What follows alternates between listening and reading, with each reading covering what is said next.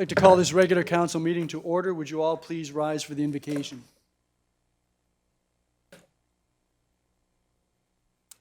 We meet to serve our community and endeavor to be worthy custodians of all that has been entrusted to us.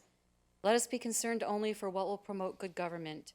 May we bring to our council chamber minds that think and hearts that feel, so that in our deliberations we may display imagination, wisdom, and courage, and the will to do our work for the good of all. Thank you, Madam Clerk.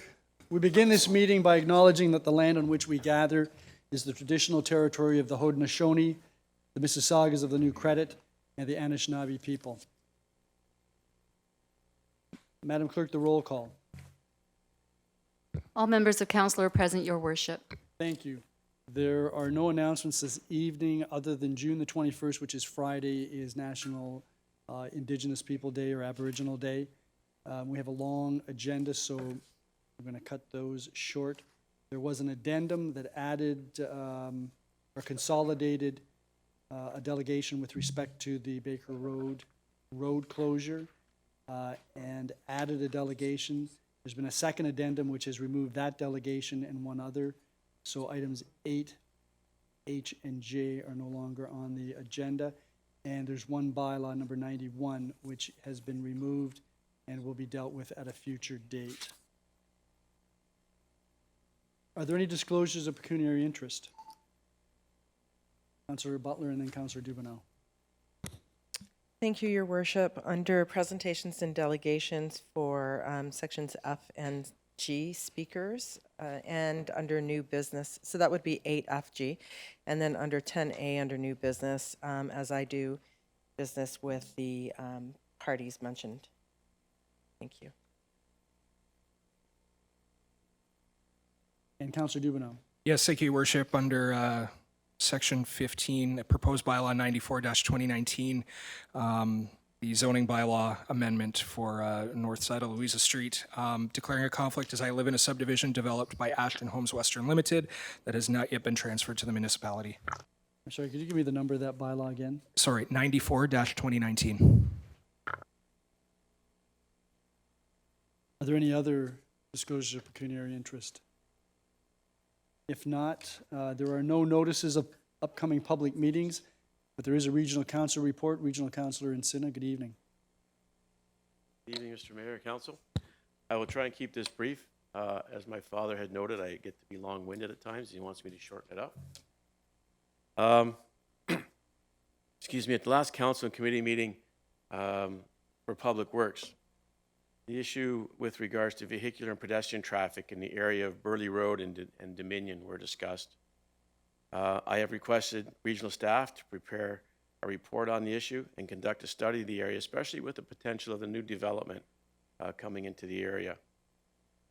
Keeping with traffic issues in the region, I requested that the off-ramps at the Queen Elizabeth to Bowen Road be examined. The poor lines, sight lines, especially with the guardrails and the telephone poles, are impeding people's vision and causing concern. Staff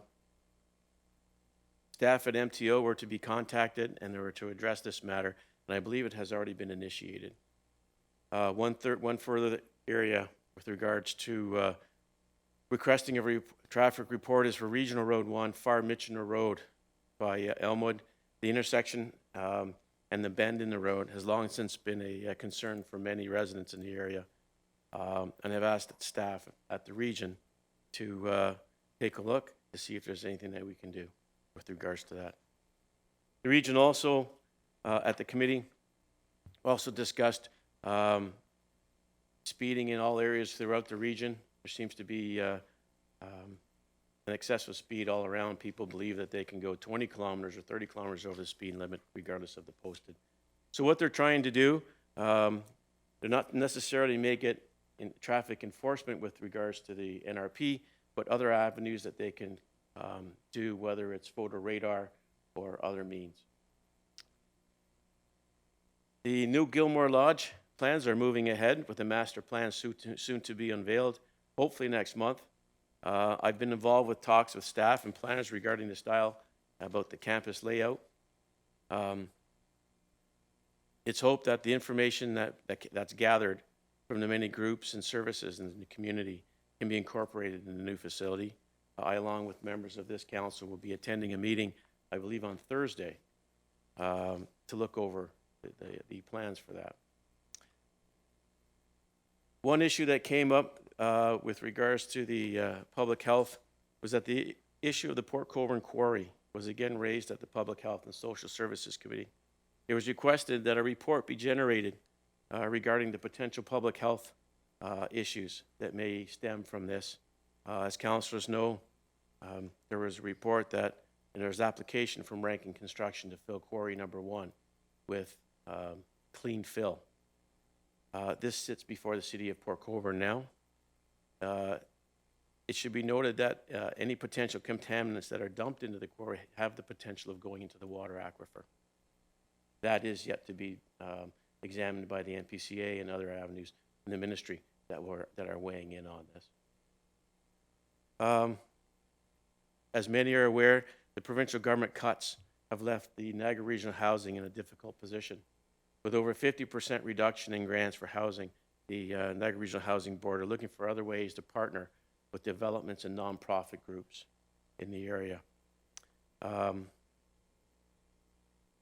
I say, there's limited capital available to keep the current stock of affordable housing in good condition.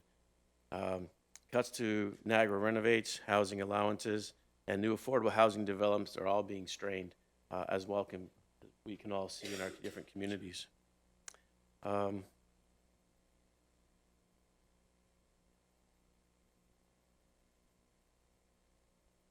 The affordable housing is an issue that we're all having, from the Niagara Regional Housing to Regional Council to local municipal governments to federal and provincial governments.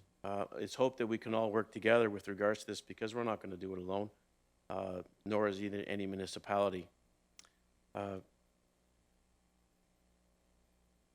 partnership program that has been initiated, and I believe it's a pilot project for the region, is coming before council this week with regards to a new, different approach for housing in the area. And like when that comes forward and when it's passed, I would hope the mayor and myself would get together and advise council and everyone here how that can roll out. There's a great potential for that to work with community and development. I believe that's wrapped up. Thank you very much, Councillor Encina. Are there any members that have any questions? Councillor Butler and then Councillor Noyes. Thank you, Your Worship. Just a couple of questions that actually relate to the health issues that you mentioned. And in particular, I did go to a meeting that was held, an information session that was held at the Clarion a couple of Fridays ago by the concerned residents of the Port Colborne area and some of our Sherkston Ridgeway area. And during the mapping, they did show that the majority of the wells that are going to be affected reside in our municipality as opposed to the other municipalities of Port Colborne and Wainfleet. We have a higher predominance.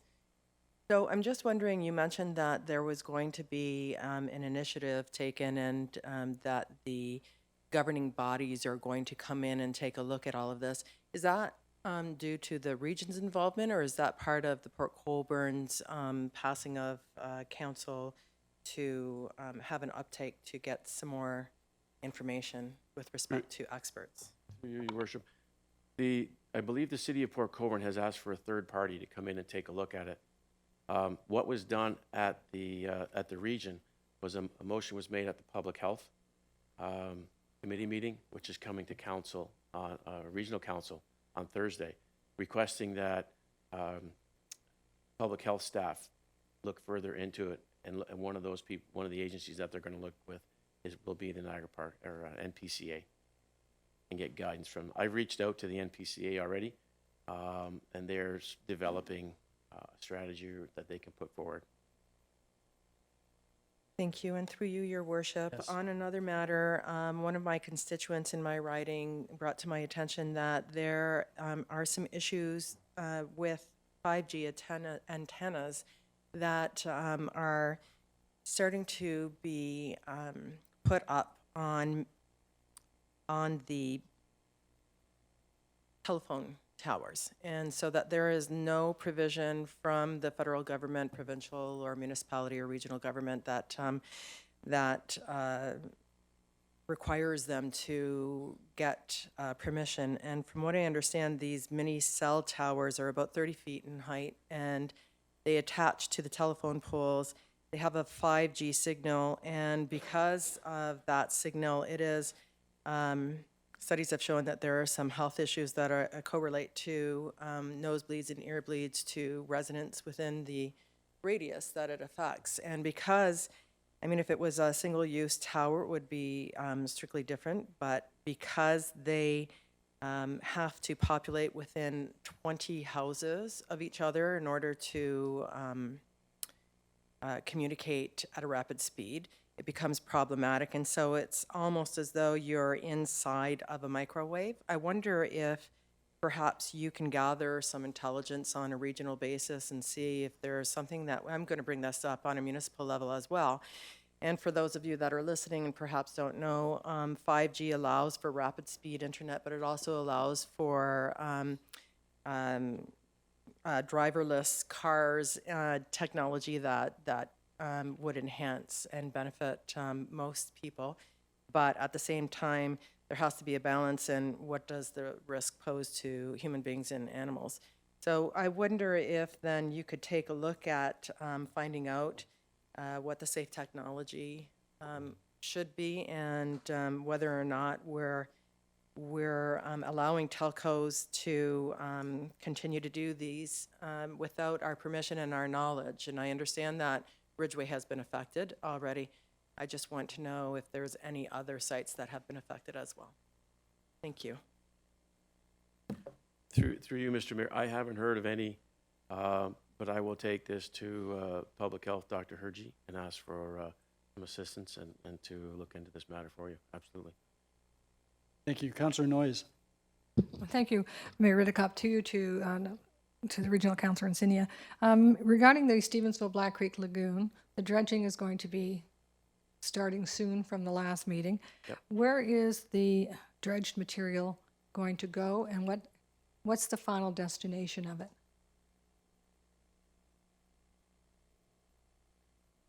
Through you, Mr. Mayor, that's a really good question. I will ask that question. I will find out. Councillor Noyes, anything further? Yes, I have two further questions. The stoplight at Netherby and Sodom, as promised, I will ask you on an ongoing basis, what's the progress? I know you were thinking maybe this fall they would be looking at it. They're from what I understand, they're having to go through and do another study because they're trying to add in a left-hand, if you're going, it's on Sodom Road, a left-hand turning lane. That's the proposed idea right now. They had talked about a roundabout, but I don't think there's enough room for that to start with. And from what I gather, there is a shortfall of funds that was allotted to it. So I believe they are coming back to the region again to find out where they can get the funds for it. But I do keep pressing them. They're getting tired of seeing me and talking with me. That I can tell. Thank you, much appreciated. One further question. When you talked about the bridge going over Bowen Road, you talked about the MTO, and thank you for contacting them because I do think it needs some attention. But what about the speed limit? That's something the region can control. That's part of the, through you, Mr. Mayor, that's one of the things that was brought up in the totality of speed limit throughout the region. There's been many areas right now. What they're trying to do is not to lower the speed limit on every road to actually, because you could put it at 50 and someone's still going to do 70, or you're going to do, speaking from previous experience, a lot of people go 20 kilometers over the speed limit regardless of what it is. So they're looking at alternative ways. One of the ways is photo radar. Another way is having the investing in the signs for the posted speeds. There's technology out there now that they were going to look into that actually you can attach to a platform, and solar powered will actually flash your speed as you go through, hoping that people will get the idea, hey, you're in a 50 zone and you're doing 80 and it's flashing at you. Hopefully it'll draw some attention to people to slow down. If I can continue, thank you for that explanation, but I'm talking specifically about Bowen, the speed limit on Bowen Road over the bridge. I understand that it's a problem throughout the region. However, this is something that we've already had one fatality on it. We all, I don't think there's anybody here on the half circle that'll say that the sight lines there, we know that there's a problem, and whether even if they're going the speed limit of 80, it's too fast. So even if they're behaving themselves and they're not going over, 80 is too fast for the problem that we have on those sight lines. So I would hope that the region would look at decreasing that speed limit for perhaps like I don't know, whatever seems reasonable, before on either side of Bowen Road, so that someone who has to go halfway into the intersection to look, at least the car's not flying over at 80 kilometers. I will send a message off tomorrow with regards to that, so they will add that to the sight lines that they're going with Bowen Road. I'll have them include that too, with regards to the speed limit, to see if we can do something about that too. Thank you. Any other counselors? Thank you very much, Councilor Encina. That takes us to presentations and delegations, and I want to remind delegations that they have 10 minutes to address council. We have a long agenda this evening, not only a lot of delegations, but also some very important reports that we have to deal with, so I would ask you to bear that in mind. We're going to start with Dr. Barry Wright and Victoria Wixton on behalf of the Canada 2021 Summer Games. Good evening.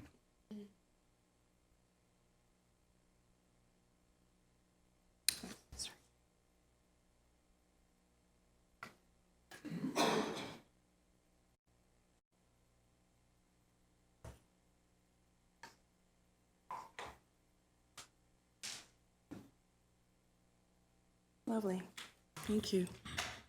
Mayor, councilors, town staff, residents of me this evening. I bring official greetings from our chairman, Doug Hamilton, who unfortunately couldn't join us this evening. I'm here tonight just to have a casual update with council in regards to the state of the games for 2021. For the last year and a little bit, our board of directors and our staff have been working very hard, taking our winning bid and transforming it into an actual living, breathing sales plan document that has been vetted now by Sport Canada, the federal government, and our provincial government. So we're full speed ahead in implementing that planning work. So I'm here to share with you some high-level information. So when you are approached by your residents of the town of Fort Erie, you have some information to share with them, or you can lead them into the right direction where to find some more information. So very quickly, I know I have to respect the 10 minutes and I'll do my best. The Canada Games is a celebration of sport and culture. Both are equal. While we will celebrate the amateur sport athletes, we will also celebrate the culture of Canada and all that it has to bring. The first games were held in 1967 as part of Canada's centennial, and like the Olympic model, they follow winter and summer games, just like the Olympic winter and summer Olympics. 2017 was the last summer games. In 2019 were the last winter games that we just went and had a full transfer of knowledge to bring here to Niagara. 2021 will be the third games in Ontario. One thing to note is that our athletes who participate in the Canada Games, those who become our Olympians, 60% of them receive a medal at the Olympic level. So this is a very professional platform that we're presenting for them. Some will go on to the Olympics, but some will just be here. This is the platform that they'll plateau on. We want to make sure it's just exciting for them. About the 2021 Canada Games coming to Niagara. August 2021, opening ceremony happening on Friday, August 6th, closing ceremony happening on Saturday, August 21st. A total of 18 sports, 5,000 game participants, and a total of 4,000 volunteers needed to execute the games. 5,000 game participants, that's more athletes participating in our Canada Summer Games than there are in the Winter Olympics. So just to kind of give you the scope of the platform that we're creating for the Canada Games. Our sport program, as I mentioned, 18 sports competing across all different venues around Niagara. 3 of them will be parasport, 2 of them will be Special Olympic sport. April 12th, Sport Canada and the federal government of Canada introduced box lacrosse into our games as a pilot program. Very important opportunity for the Indigenous inclusion of our games. What does that mean for Fort Erie in regards to sport? Currently, right now in our planning, we have sailing and parasailing happening here in the town of Fort Erie. The games are led by volunteers. We have a very small staff on our host society. At the time of the games, we will probably top about 80 paid staff. They're led by volunteers. We're here in front of your residents this evening as well, letting them know that we will be circling back to their community groups and their special interest groups to help us lead the pack in regards to these games. 4,000 is a big number. We will be working with Niagara College and Brock University, but we will be circling back to every single municipality in Niagara to drive our volunteer numbers up in all capacities of the sport, of the games. I mentioned celebration of culture programs equal to our sport program. Opening and closing will be done very uniquely. All the other Canada Games have never looked at their sporting program through tourism lens that we do here in Niagara. Everything that we've been accustomed to look at always has this lens perspective. And our opening will be happening at the Meridian Center in St. Catharines, but we will be bringing a little Hollywood to our closing ceremonies and hosting it at Queen Victoria Park, free to the public, never been done before, to our athletes and the community at large at Queen Victoria Park, Niagara Parks on that Saturday. Having hundreds of thousands of people, because it is August as well, participating in those closing ceremonies, a celebration of lights as well. Our 13 for 13 Cultural Festival, which includes Fort Erie, we've taken the 13 territories and provinces of Canada and have aligned them with our 13 municipalities here, 12 plus the region, and we've done some alignment to develop a cultural program. From our opening and closing, we have 13 days in between that we're going to do a traveling festival with. So we've aligned, for example, Fort Erie with Nova Scotia, and on Sunday, August 15th, we will be here in your municipality with our event. So rather than other games that create a centralized concert location, we're going to every single municipality and bringing our spectators, our athletes, and our communities out to each one of these municipalities. Never been done before. As well, our torch relay coming from Ottawa will be touching all 12 municipalities, and Fort Erie will be participating with that. I'm pleased to say I'm already working with a working group here with the city staff, and I'm happy to do so as we continue forward. We have a milestone event coming up on Monday, August 5th, which is our 2-year celebration countdown, and we invite all of you to participate with us. We'll be at the Henley Regatta, supporting the sport of rowing, which is in our program, and we'll be doing some great announcements and launching our brand at the same time. One of the things that, again, the Niagara Games are doing differently is we're concentrating on the spectator. Other games concentrate on the athletes at large. We're really honing on the spectators that are coming into the games, and we're creating a platform that's second to none. We have last week met with all those in the tourism sector, including those from Fort Erie. We'll be working with your hotels, your motels, your B&Bs, your Airbnbs, your attractions, and so forth to make sure their opportunities are presented in front of all of our spectators on our online digital program. I want to take a couple of seconds here to talk about our mascot of the game because it's a current challenge that's happening. We launched it in the public schools and the Catholic schools for both English and French, and perhaps your children right now are participating in it. It's available from ages 10 to 15. We've selected the turtle as our mascot, our guardian of the games, and why? The Indigenous people saw North America as Turtle Island. Many don't know that the Niagara Escarpment is in fact the heartbeat of Turtle Island, and Niagara is the heart of Turtle Island. It's very important to our First Nations people. The case for the number 13, if you look at the turtle, they have 13 large scales in the back of their shell. 13 provinces and territories, 13 municipalities in Niagara. Not a coincidence, but definitely organic truth. We have 28 small scales around the outer shell. We are the 28th games for the Canada Games. Again, a very organic fact for our turtle mascot. It's a natural habitat. We have 8 species in Ontario of turtle. All of them are endangered. So we want to make sure that we bring attention to the protection of our Ontario turtle, and especially our Niagara turtle. Summer sport, turtle thrives in the summer. A matter of conversation to make sure that we protect our wetlands. And of course, like an athlete, perseverance dedication, and patience is how they build their discipline to participate within their own sport. And the turtle is slow, steady, but you hear the words, they win the race. And the last thing I wanted to bring to your attention is our tagline, once and for all. As I mentioned, the 2021 Canada Games will be the third time they come to Ontario. They will come back to Ontario 24 years after our games. However, they will never, ever return back to the Niagara region. They only visit certain regions once, and that's it. So this is our opportunity to develop something to transform Niagara, especially with our 2 legacy venue builds, and to unify and inspire all the residents of Niagara as a complete one municipality. So it's for once and for all of us. And for that, I think I hit my 10 minutes. Great, thank you very much, Ms. Wixton. You actually did better than that. Thank you. We appreciate you coming out and bringing us an update. Do any members of council have any questions of Ms. Wixton? Councillor Luberts. Yes, thank you very much, Mayor Redekop.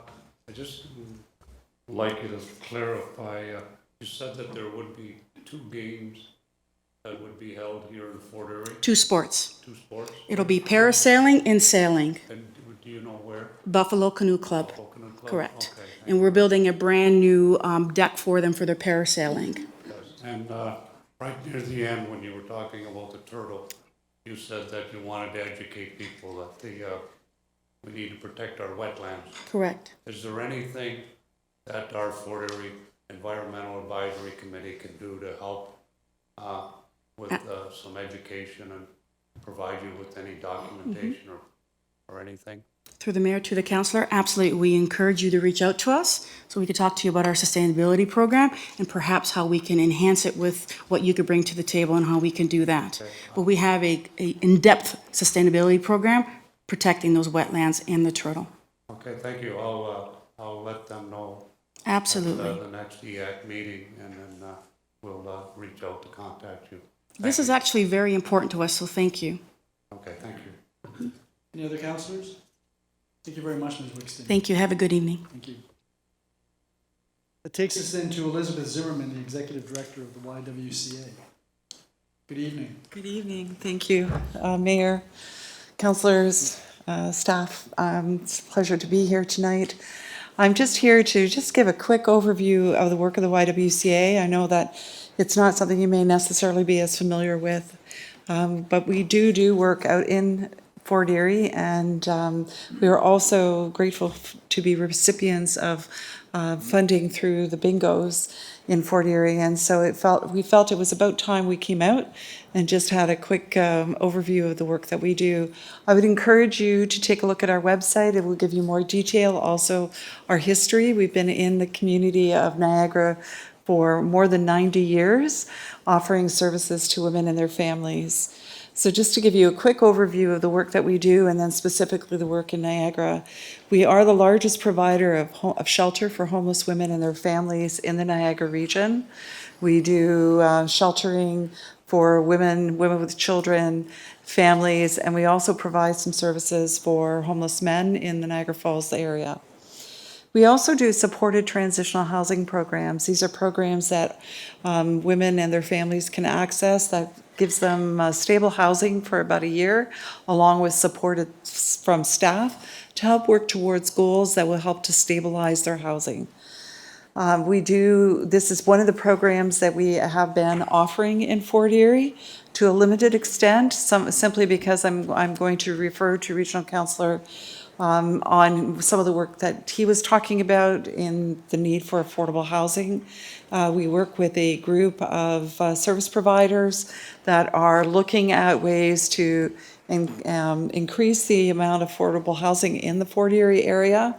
And we have a supported housing program that we've been attempting to bring into the Fort Erie area, but access to housing has been the challenge. We have done some, but we would like to do more.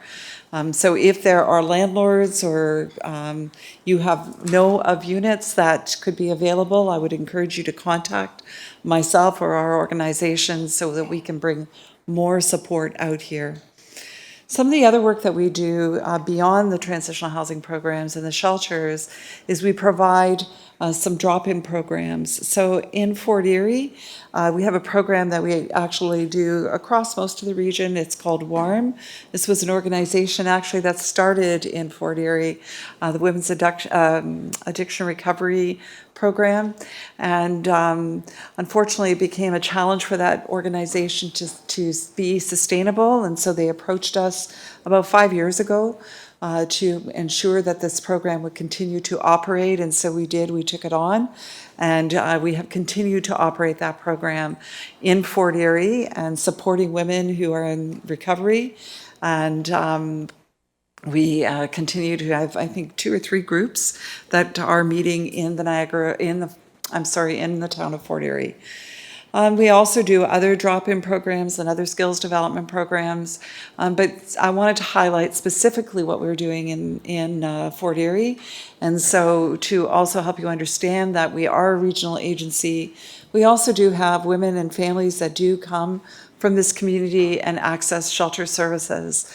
Particularly in our Niagara Falls shelter, we do have, I think it's about 10% that come from Fort Erie that are experiencing homelessness. So this is, I want to be respectful of time, and Mayor, you've said you've got a very full agenda. So I just wanted to really give just a high-level overview and to let you know we are in your community. We're hoping to bring more programs and services to this community. But we're also looking for your support in helping us to find those affordable housing units so we can support women and their families here. So I thank you for your time. Thank you very much, Ms. Zimmerman. Councillor Butler has a question. Your worship, thank you. First of all, I know Diane Donoff was the one that started Yes. WARM, so she's Yeah. a wonderful lady. With respect to homelessness and the amount of families that are out in the marketplace, would you say that increase or that number has risen? Absolutely. I think in the over the last 3 years, we've seen a 30% increase in terms of our occupancy rates in the shelters. Where we were 3 years ago at about an 80% occupancy rate, we're now at about 110. It has been an ongoing challenge. The access to affordable housing has become increasingly difficult with the increased costs of buying homes, which has inflated the cost of rentals.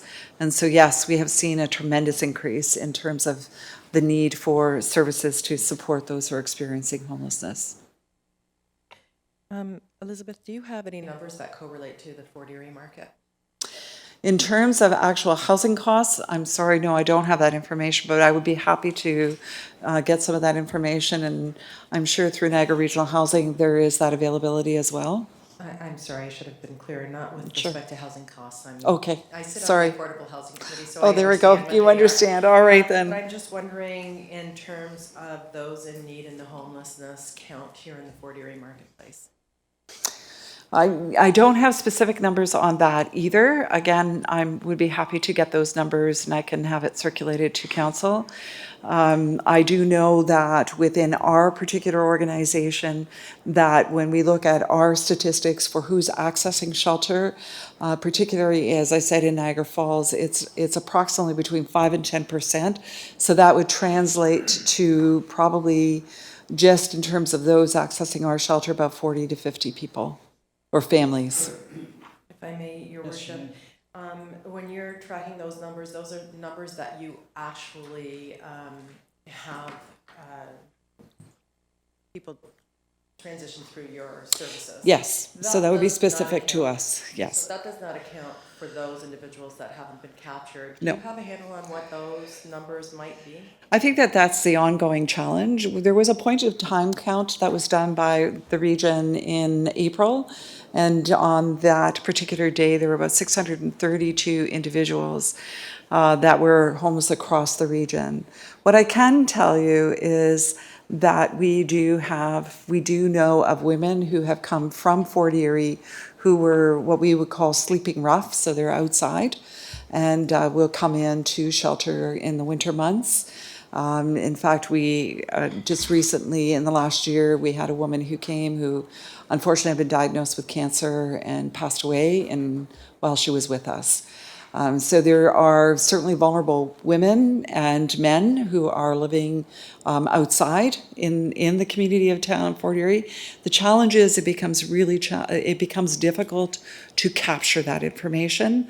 When I referred to the point in time count, it was really those who already are known to us, who are in the community. There are also that many more individuals who are what we would call precariously housed.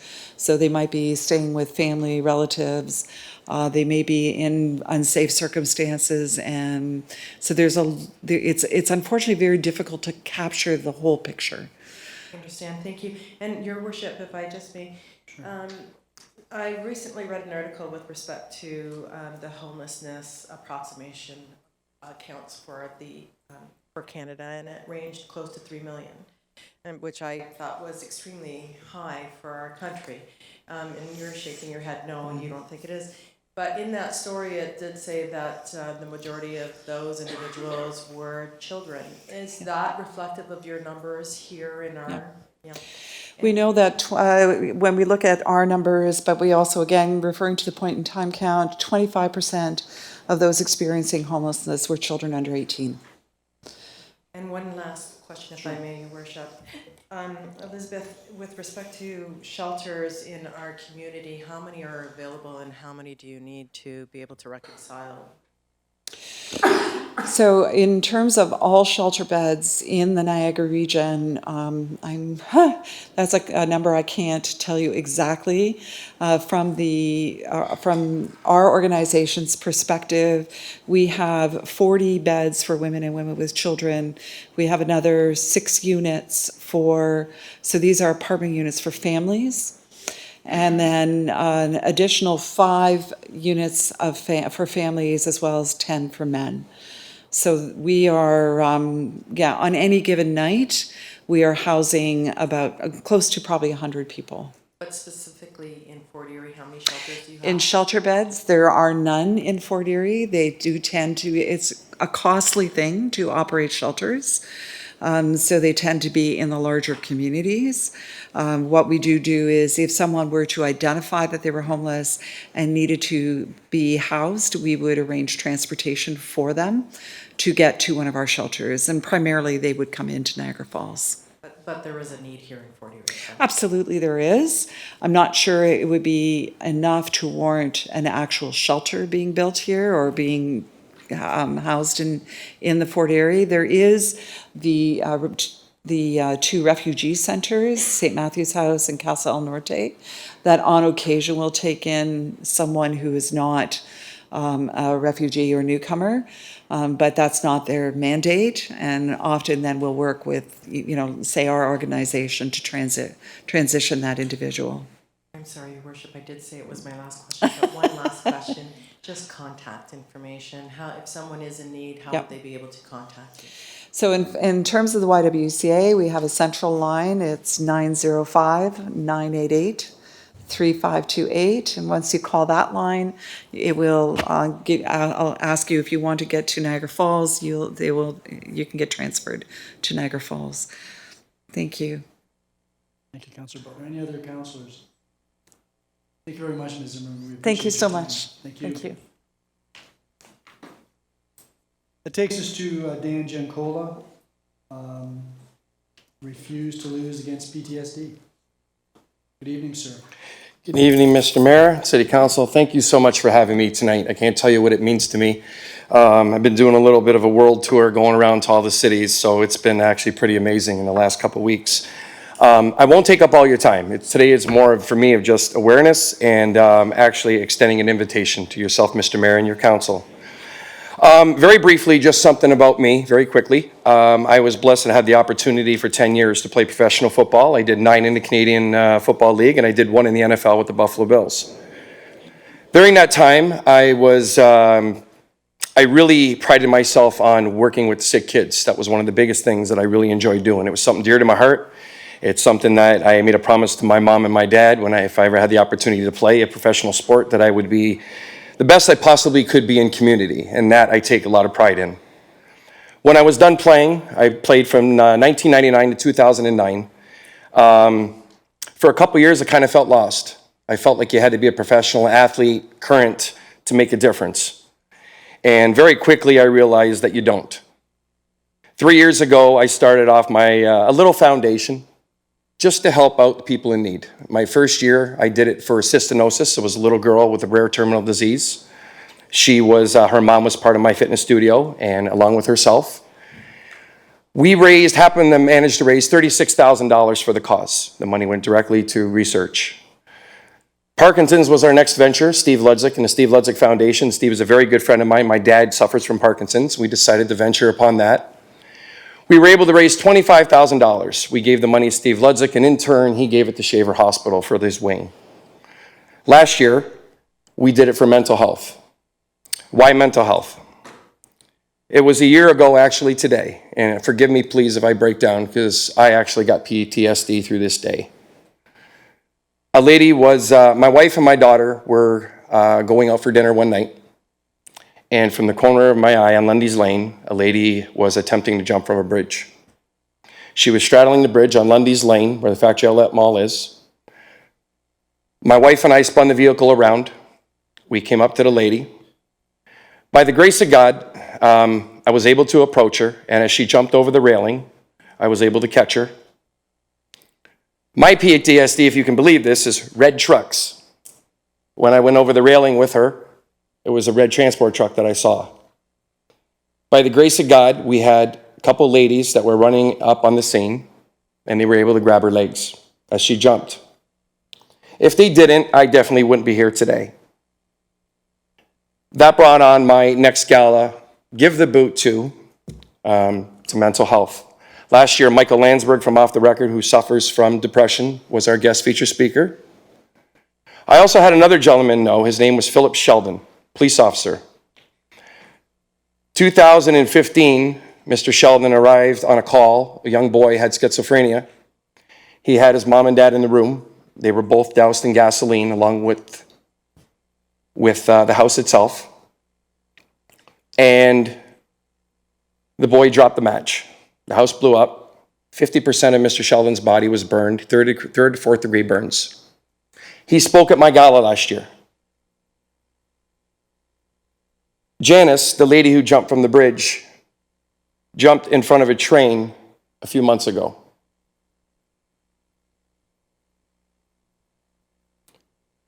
I can't tell you, and I do understand, especially with the city of St. Catharines right now, with apparently there's a net that's going to be going underneath the bridge. My belief is we can't bubble wrap people. We can't put nets underneath bridges. We need to address the problem.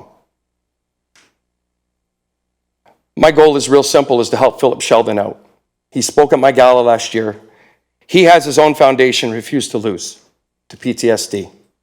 It is directed toward first responders. This year, on October the 5th, at Club Cachapignano in Port Robinson, I will be having my next gala.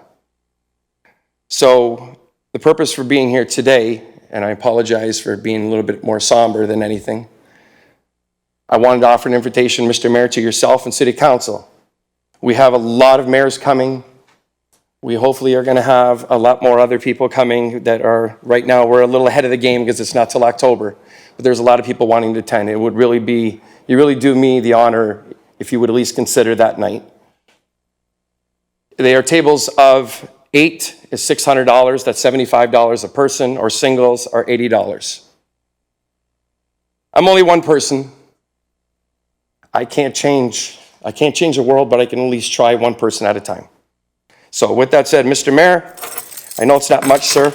I have a hat and a t-shirt for you on behalf of Philip Sheldon and his wife. PTSD is not allowing him to travel today. He's having a little bit of an issue, but I'm honored to represent him like I've been. So Mr. Mayor, this is for you, sir. I hope it fits. Thank you very much, Mr. Giancarlo. I doubt that I'll fill my t-shirt like you fill your That's okay, sir. Again, I didn't play CFL or the NFL. That's okay. Thank you very much for coming out, and I've made My pleasure. Made a note of that date. Do Thank any you, sir. members of council have any questions of Mr. Giancola? Thank you very much, sir. And if you hand that to Mr. Encina, Absolutely. he will protect it until I can fit Thank you so much. If it doesn't fit, I can get you a different size. Thank you very much.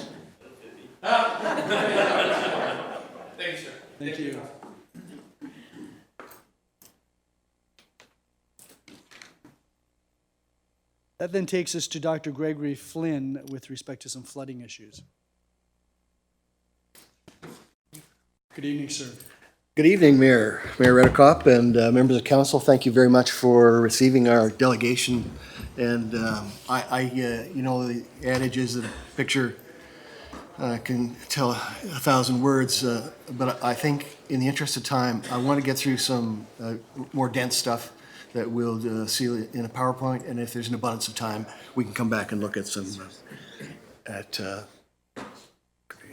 one, thank you, okay. So, standing water in Point Avenue Road area is a significant issue this season. Has been an issue in the past, but this year I think it's more severe than many of us have encountered. I'll just make sure I get the page up, page down. I'm a physician, a fellow of the Royal College of Physicians and Surgeons. I'm a laboratory-based physician, pathologist, if you will. I have pretty extensive experience in Ontario and across Canada. I was a medical director of laboratories for 15 years, and for the last 10 or 12, I was the director of the provincial quality program for laboratory services in Ontario, and we also provided services to New Brunswick, Newfoundland, Labrador, Quebec, and some other areas. I have no commercial conflicts of interest. The fluctuating lake levels I think you're familiar with. They peaked in about 1985, gradually lowered until about 2015. We now have the highest recorded level since 1913, when they were initially recorded by the U.S. Corps of Engineers. As far as who lives on the point or in that area now, this has changed in the 20 years that I've been a resident. Canadian and Americans are there in roughly equal numbers, and there are more and more year-round residents. Provincially sensitive wetlands surround many of the year-round and cottage homes in this area. These wetlands are saturated currently, and it's only about 15 centimeters between the top of Point Avenue Road and the adjacent marshland. And you know, actually, I found the two previous speakers so moving. I don't want to say that our problems are trivial, but maybe just to lighten it up a little bit, I'm a little bit disappointed they took the turtle, because that would have been a great animal for us.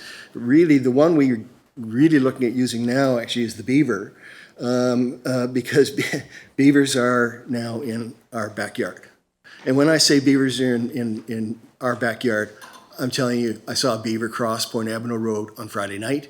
And this morning when the road was dry, I was out with my dog and I could see where the beavers, plural, had crossed from one side of Point Avenue Road to the other.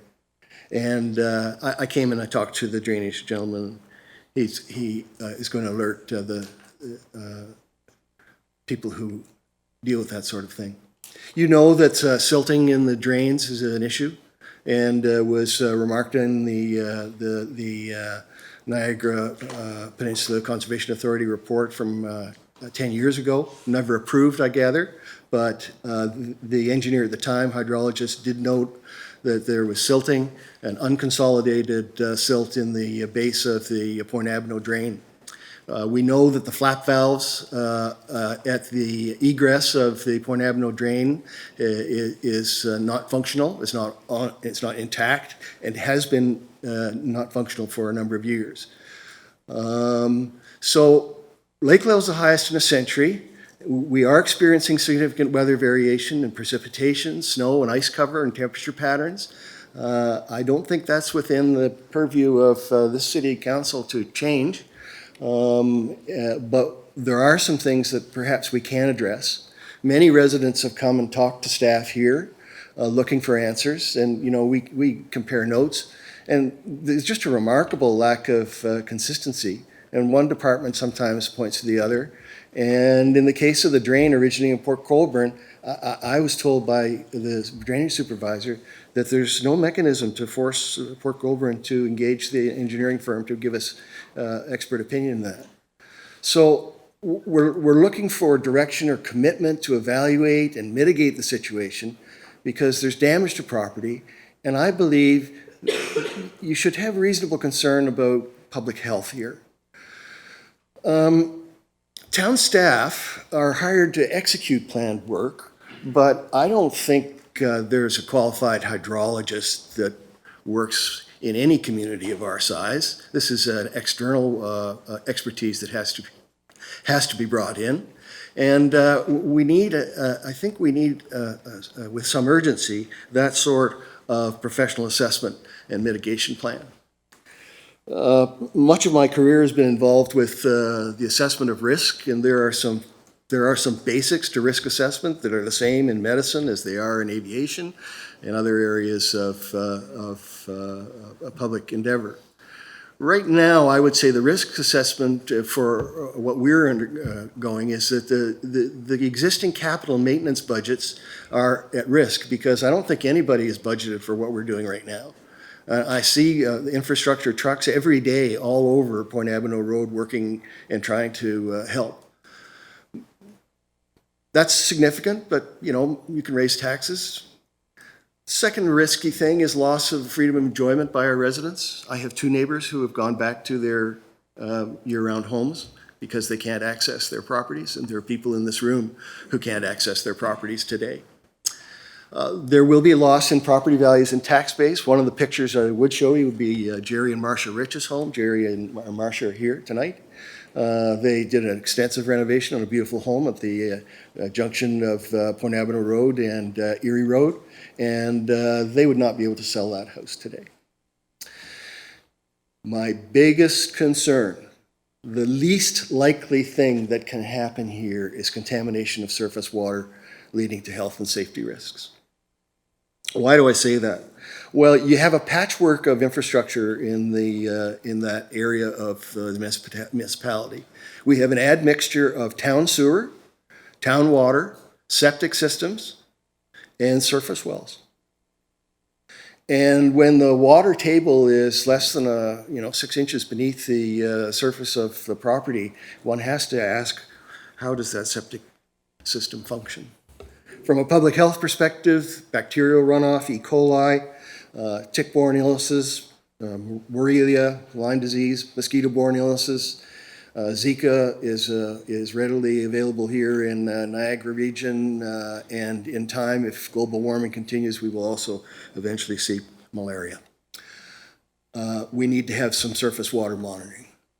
So I always believe that if you're going to make a presentation, you got to have an ask. And what I'm asking of the town is that they commit to communicate with us in a transparent and consistent manner.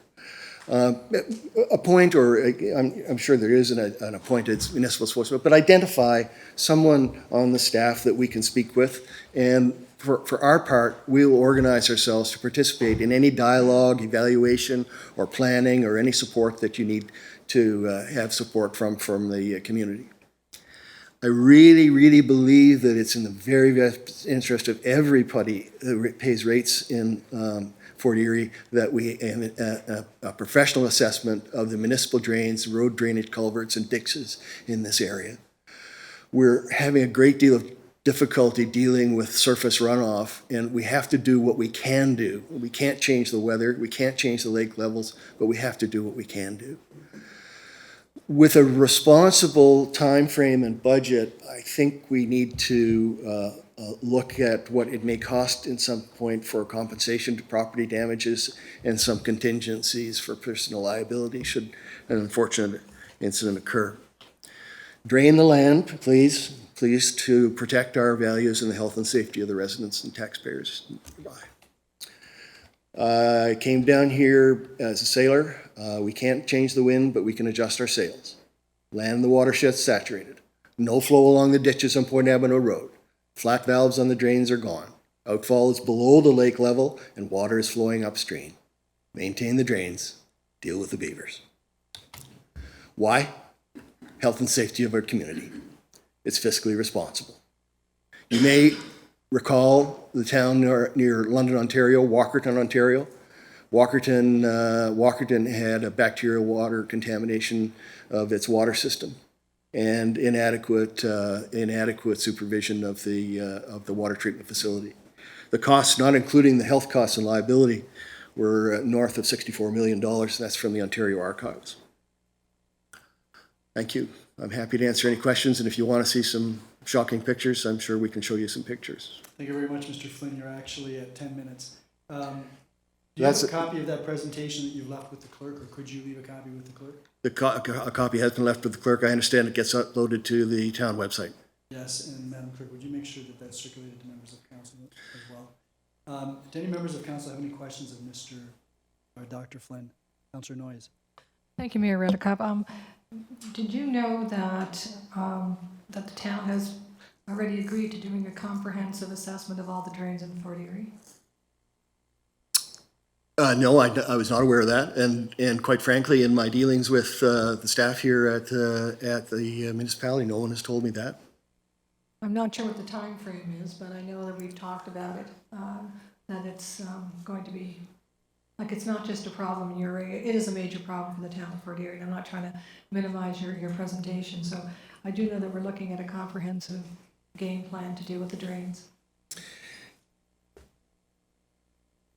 Anything further, Councillor Noyes?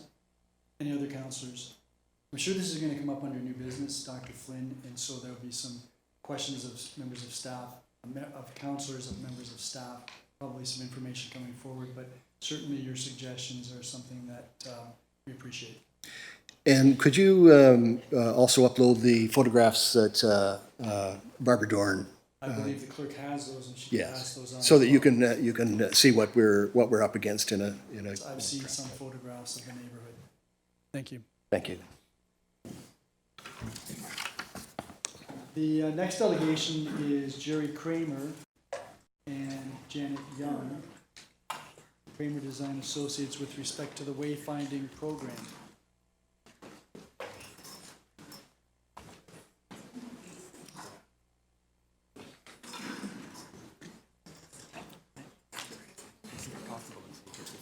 Yeah, of course. Thank you very much.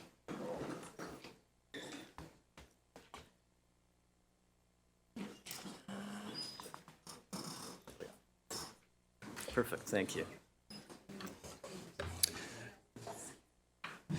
Your Worship, members of council, staff, my name is Jeremy Kramer. I'm the principal of Kramer Design Associates.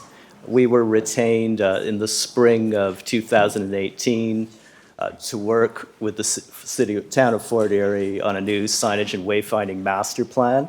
The presentation that I have today is the culmination of that work. Our process started with a detailed stakeholder consultation process, which involved the Niagara region, each of the individual BIAs, National Parks Commission, and other interested parties. That process went through a series of workshops and consultations to determine a plan for new wayfinding for the town. We also, as part of that process, did a detailed audit of all of the existing wayfinding. As part of that process, we did iterative designs, got feedback from each of the groups on the plan, and through that came to the final strategy that we have here today, which includes both designs as well as technical drawings to implement the system.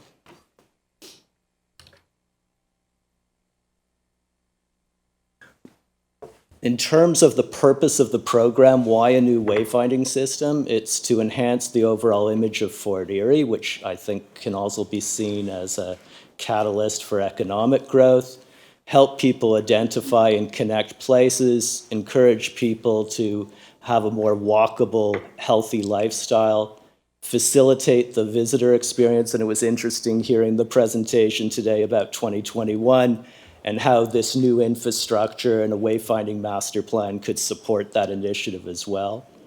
Increase visitation at key attractions and business centers and the BIAs, as well as the parks and trails, and boost the economy through awareness. And I would say In almost every case where we've developed a wayfinding system, it's also about return visitation, beautification of streets, and really improving people's overall impression of a town and a place, and in this case, Fort Erie. We always have a kind of a vision for a program such as this, and really our intention is that the system creates something that's unique, that captures the inherent attributes of the town of Fort Erie, and one that represents its unique culture. The workshop process was very detailed and thorough, and we had input from each of the stakeholder groups. Through that, what we found was that there was an importance to have the wayfinding also reinforce the brand of Fort Erie, recognize and celebrate the distinct BIAs, highlight key attractions, both historical and other, and communicate through design, color, and material the character of Fort Erie. Embrace the town of Fort Erie's profile as an active community with attributable amenities. The wayfinding program started with kind of a key series of issues that we wanted to address, ensure consistency in design and scale, practical approach to material, make it a coordinated system that worked both for web, for print, as well as physical signage on the city streets. Introduce gateway signage at key locations, and really improve the overall navigation. So a hierarchy of signs that address both vehicular as well as pedestrian traffic, with new orientation maps that make it easier for people to understand places and spaces. The wayfinding program will also help to support exploration, so people may know Fort Erie for one thing, but we would like them to know it for multiple things and to extend their stay and extend their return stays. To that end, we've also developed a series of icons that are the beginnings of a system that could be expanded over time, and I would say that part of a successful wayfinding program is it's a living system, so it's really creating a framework to grow with the town of Fort Erie. For the icon system, part of it was to ensure that when you saw a sign, whether driving or on foot, you would be able to understand what it is and what the destination is, perhaps by the visual or the words or the two in combination. Improve that the signage is effective for distance legibility, strong contrast to address accessibility needs and AOTA, a graphic format that can be expanded upon over time, and that on top of all of that is appealing for a multicultural audience. So what you see here are an example of the system that we've created of icons to help people identify the Friendship Trail as well as the BIAs. But in fact, this is the blueprint that can be used to expand to address other areas such as Stevensville and South End and other major attractions over time. When we think of wayfinding, we don't simply think about signs on the street, but we also think about what literature people get in the mail, how does that help people navigate, what can they find on the web and social media, and then, of course, vehicular and pedestrian signage. Through the process with the stakeholder groups, it was determined that the color that the group most preferred was a kind of dark green that they felt had a historical character unique to Fort Erie, and they felt it was important that it not look the same or similar to an adjacent community, combined with black hardware. Many of the BIAs had already made significant investment in furniture and fixings, lamp standards, bollards, and other things that use black, and so wanting to make sure it coordinated. The typeface for the new system uses Helvetica, which meets all of the latest accessibility standards, much easier to read, and comes in a variety of weights. When we look at this experience graph, it's really talking about how wayfinding works from the furthest reach, what you experience even before you're on a road or a sidewalk, and then finally to your destination. How the wayfinding can be coordinated with your online presence. And then approaching on the highway, the concept is to make use of new icons, new graphics, to really signal to people who perhaps are less familiar with Fort Erie that there are many reasons to visit and how that could look. And we have some placeholders on these to address other destinations that may want to also have customized icons. Then how those icons plus naming can work on both provincial and regional roads, and examples of how the introduction of those graphics add a kind of visual feature that will help people to understand the attractions and the destinations, and then how that system works across the region's road system, and then finally a customized approach within your own municipal roads. And so one of the things that is unique within the town of Fort Erie is that the roads are a combination of regional and municipal roads. So the piece that becomes the constant across both systems is the use of verbiage and the iconography. Examples of those signs, which will also include driving distances, and how in some cases those signs would be affixed to poles. Then as you approach individual areas, there will be gateway signage confirming that you have arrived to an area. And this just shows you also how those same signs would be designed to tell you both arrival and thanking you for visiting as you leave. Directional pedestrian signs within each of the areas, and here you see an example of how those combine with other existing amenities. And again, walking distances in the case of the pedestrian wayfinding.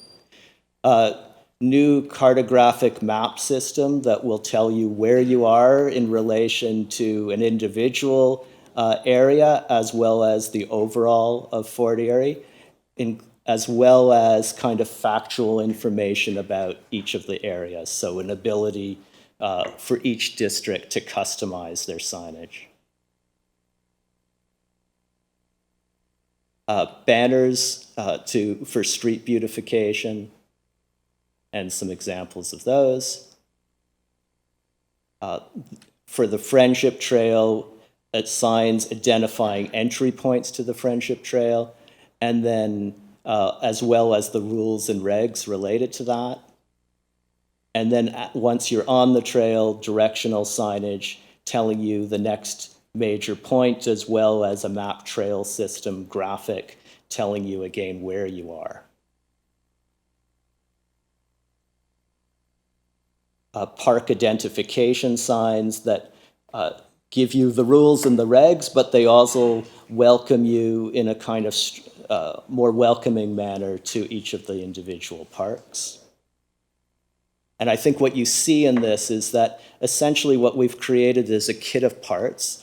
They make use of same materials, same finishes, common hardwares and fixings so that the signs are adaptable and can be updated with new information or additions added over time.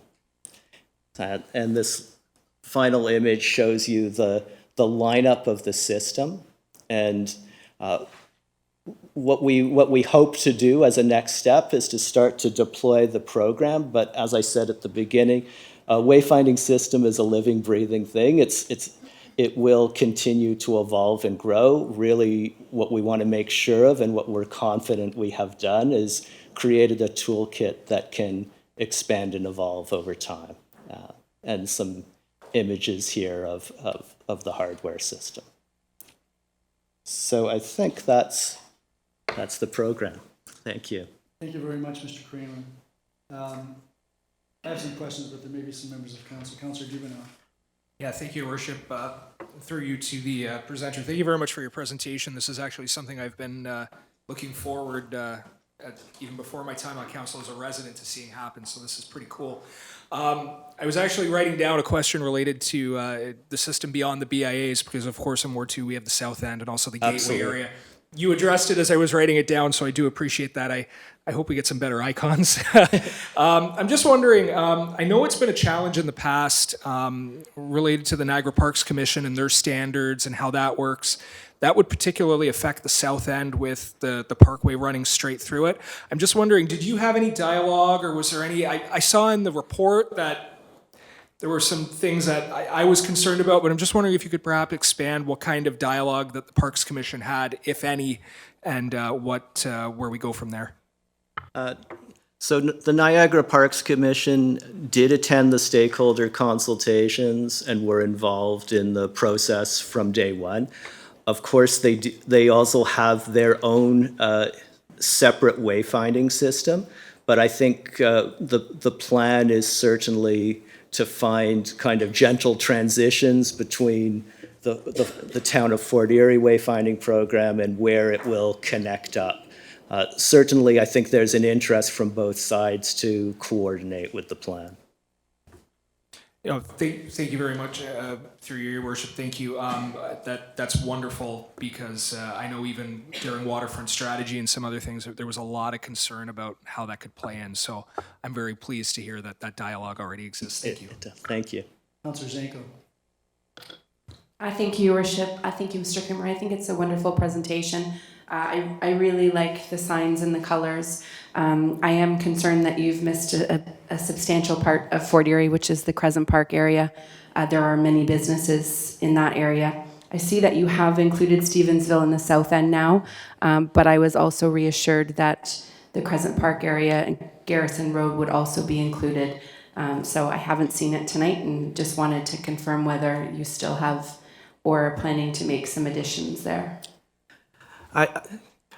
As I had mentioned earlier, I think what we have created for the town is a toolkit and a strategy that allows wayfinding to unfold. I think further consultation with key stakeholders will be required to expand the program.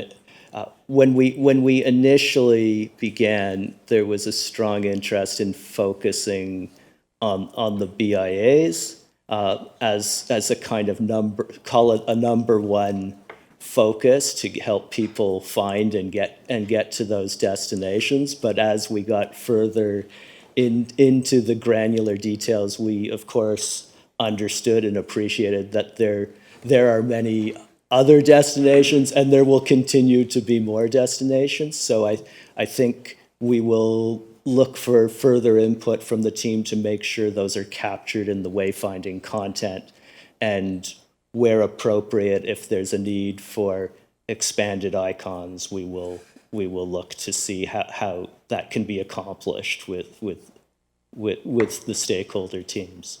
Okay, thank you. Good to know. And I guess I could actually make that addition to the resolution when it's on the floor this evening, just to ensure that portion doesn't get missed. Thank you very much. Oh, you're most welcome. Councilor Noyes.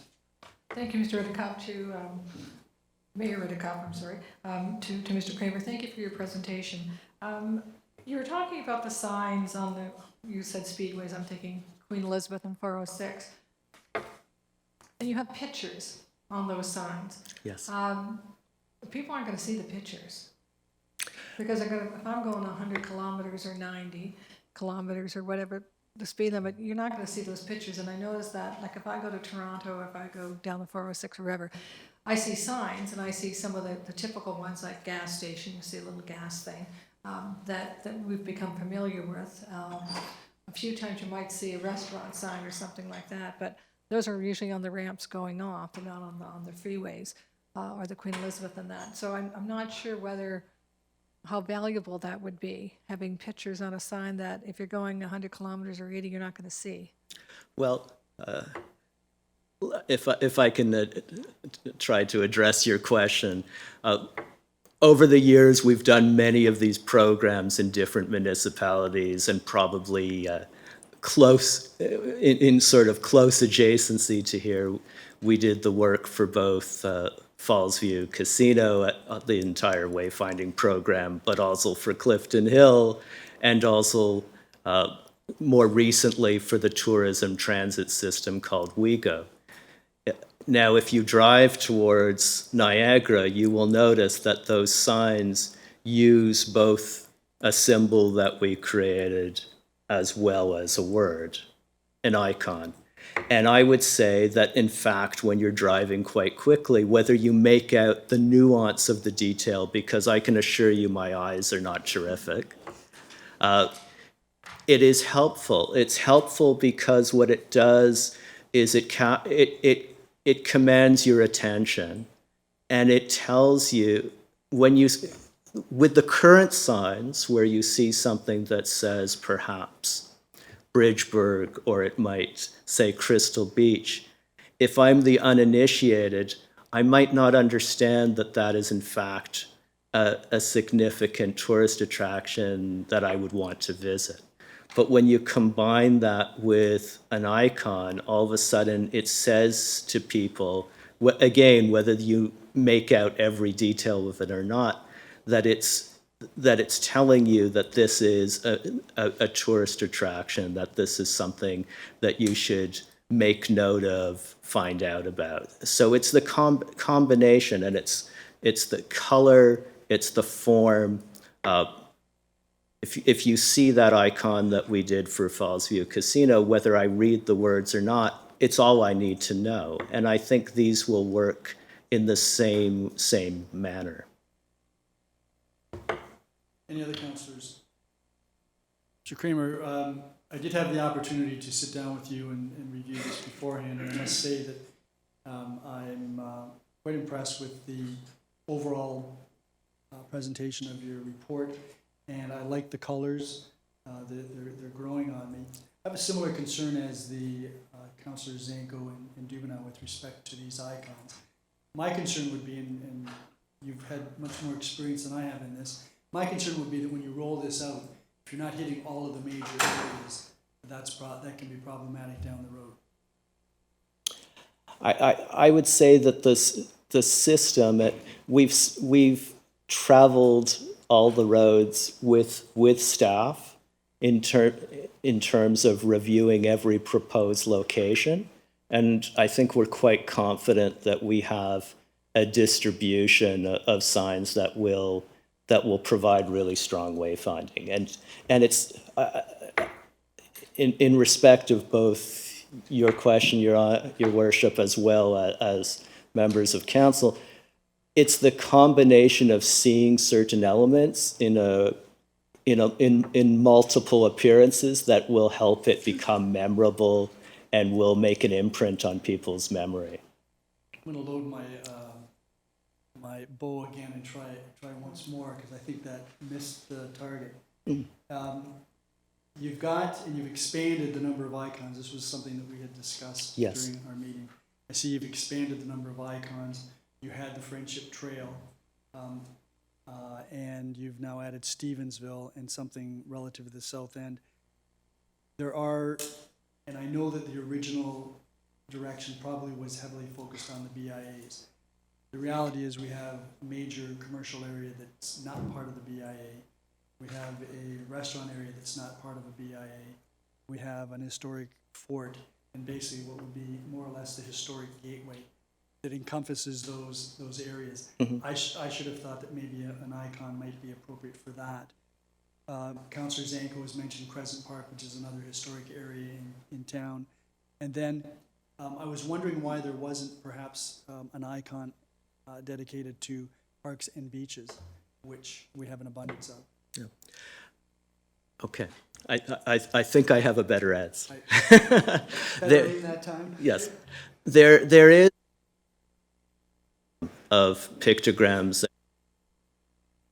If you go to every airport, every convention center, you're confronted with a system that is known across the world, and it was created over the last 50 years. So I think there are a number of subject matters that will be addressed by the wayfinding that will logically make use of those pictogram systems that are readily known and understood.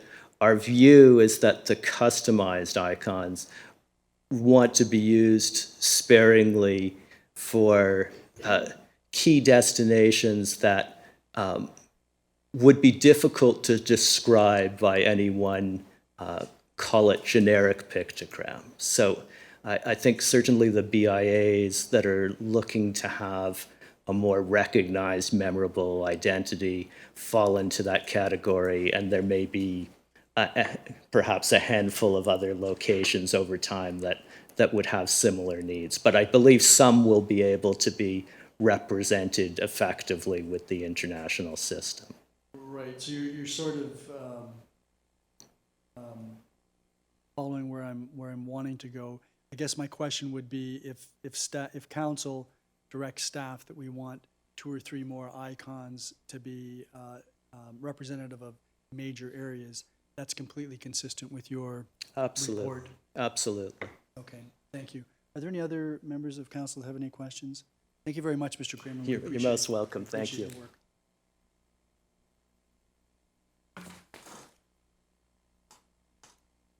That then takes us to the next series of delegations which relate to Baker Road. And I just wanted to make sure that those delegates are aware of the fact that council did receive a memorandum from our Director of Infrastructure Services on Friday with respect to this, and talked about notice having been provided on, as we're advised, June the 11th, to give residents notice with respect to the potential full closure of this road, which was not to occur until June the 18th. We understand that it was closed today, and we'll hear from Mr. Walsh on that. Notice was provided to the residents stating a potential closure to mid-July, but if the weather proves to be cooperative, it's anticipated that the work could be completed by the end of June. Baker Road will be open regardless, evenings and weekends, even if it is closed on certain days. Construction of the pipelines at Baker and Black Creek roads may require overnight closure on an occasion in order to excavate and install the pipe. For the most part, the road will be open to one lane of traffic with the exception of the construction of the storm sewer and storm water lateral services. There had been some discussion about a temporary road, a new temporary road being constructed. The contractor is very reluctant to do that because of safety and liability issues, since that type of road has not been designed, and if it were constructed without being designed, could create issues. And we're advised that the contractor will be communicating with the community center on a regular basis to ensure that what is going on will be accommodated through the work schedule. Mr. Walsh, you did want to comment about the fact that despite the fact that this council discussed and had anticipated that no full road closure would take place until after tonight's meeting, i.e. tomorrow, we found that today the road was closed. I'd like to comment about that before we get to the delegations. Yes, I would, Mr. Mayor, thank you for the opportunity. I owe council a mea culpa on this. I should have been aware of what I typed only 4 days ago when I found out that the road was closed this morning. Monday being the first day of the week, it seemed like a good day to close. It had slipped my mind that we were to debate this further potentially tonight. So again, my apologies to council on that. Thank you, Mr. Walsh. Having gone through that, then the next delegation of Steve Diamond with respect to the road closure and detour Baker Road. Good evening, sir. Yes, good evening. I've prepared a letter. Originally, I was unable to attend, but I moved some things around, and so I made a letter for somebody else to read, but I'm here before you now, so I will read the letter that I prepared. Dear Mayor, councilors, and staff, my name is Steve Dioman. I write to you today with grave concern in regards to the detour that has been put in place due to Baker Road being under construction to accommodate the infrastructural needs of the proposed Black Creek Signature subdivision cornering Baker and Netherby Road. For those that may not know or realize, Black Creek Road, specifically from River Trail to the Parkway, is a very unique and sensitive portion of road. Unique in the means that the road features a body of water immediately to the east, known of course as Black Creek, and beautiful Matrice to the west. This portion of road is extremely narrow, has no sidewalks, has no shoulders, has no curbs, has low-hanging trees which can make visibility sometimes difficult, and is poorly lit at nighttime. The current state of the road is well below average road conditions, with many potholes, raised sewer covers, and other uneven portions of asphalt. As the road sits today, Black Creek Road is currently a 2-lane road with 1 lane for each direction of traffic, measuring 19 feet from creek bank to the front of my lawn, which I'm sure would not be satisfactory to today's municipal road safety standards. In fact, last year at this time, I assisted an elderly woman to the hospital after she failed to safely negotiate where she could go as a vehicle tried to pass her, and so she fell in one of the potholes and broke her hip. This situation was reported to the town, of course. Fact is, she had no place to go because of the unique features described above. I could go on with examples of close calls from joggers being hit, kids falling off their bikes, to others narrowly being missed coming up from the creek bank.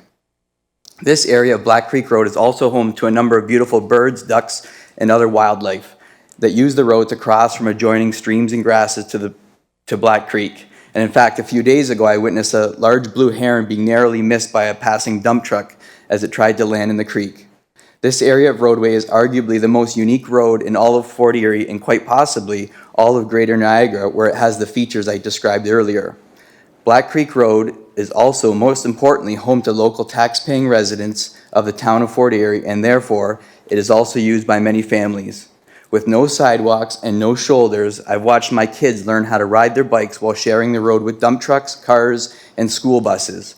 I've witnessed elderly folk assisted with walking canes walk down the road as 2 school buses try and pass one another, with one of the buses pulling over onto my front lawn to accommodate the pass.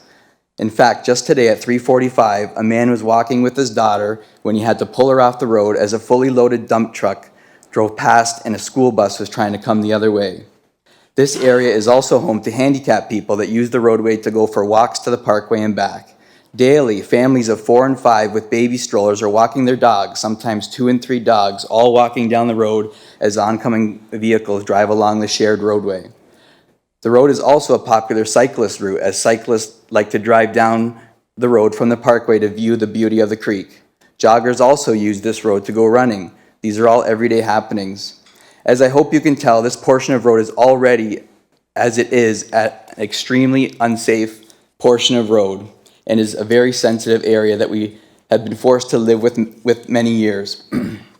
Now, to compound this area of road to accommodate even more traffic by means of a detour seems absolutely ridiculous, and why would we be taking an already unsafe stretch of roadway and making it worse? Not to mention, the intersection of Black Creek Road and the Parkway is a nasty intersection also because of the way the Parkway bends. It can make for a tricky entrance from Black Creek to the Parkway with the blind corner coming over the bridge.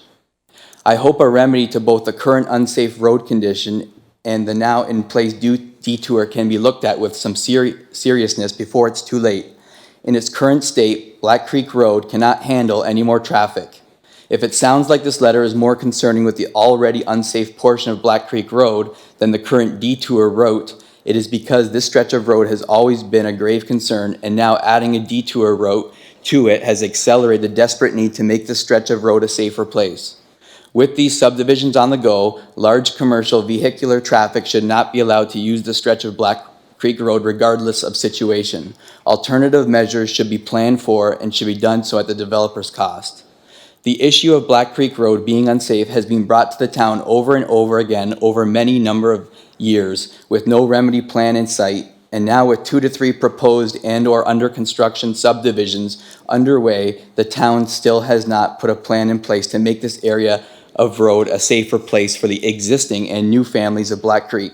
Why the town is not interested in putting safety first and would rather risk being negligible and responsible for something to ever happen is beyond me, as the concerns have been brought to the town many, many times over the years from many different residents. The speed limit in this area is a 50-kilometer limit. Yes, the same speed limit Garrison Road, where you have shoulders, sidewalks, multi-lanes of traffic. And to my knowledge, the only thing the town has ever done is to verify the average vehicle travels below the posted speed. Any car or truck going even 35 kilometers an hour will kill a child and/or person on this stretch of road, regardless of not breaking the actual posted speed limit due to its unique characteristics. It's that sensitive of a roadway, and we want something done before somebody gets killed. It's that close.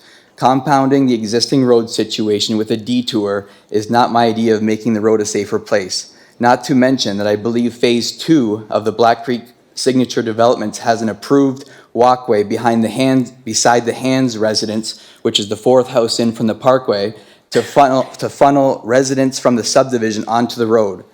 How does that even make sense? How does something like that make it through the planning stage? To funnel 500 to 1,000 new residents onto an already unsafe roadway with no sidewalks, no shoulders.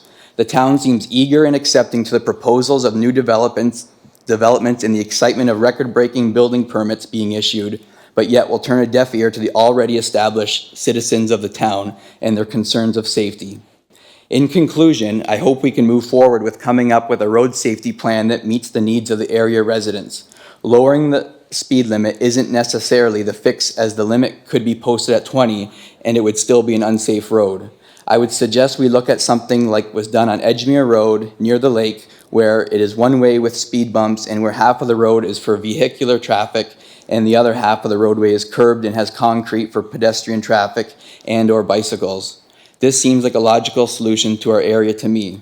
Another similar example could be seen in Niagara Falls on Bridgewater and Chippewa, where the Tim Hortons is. Traffic is one way, and therefore there is a lot of room for pedestrian traffic to use the roadway.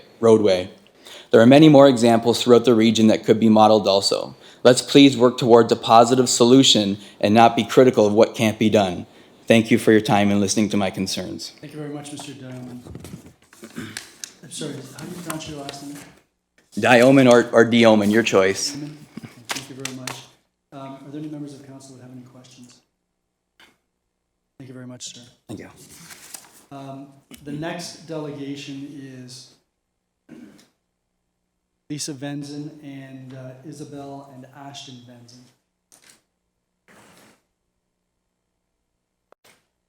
And you've been put together, Ms. Venzen, just so you're aware, our rules indicate that if it's one group speaking on the same subject, they are allotted one slot of 10 minutes. Sure, thank you. You have PowerPoint, right? Just pictures. Mix the Venza. So if you want to pull anything up, you can. Are the two in the middle working?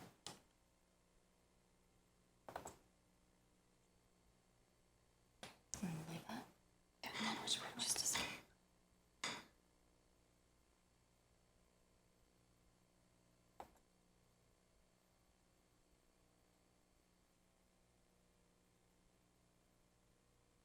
Thank you. Mr. Mayor, councilors, thank you for providing the residents of Black Creek to with you tonight regarding the closure of Baker Road. I live on the part of Black Creek Road that Mr. Diamond was speaking of as well.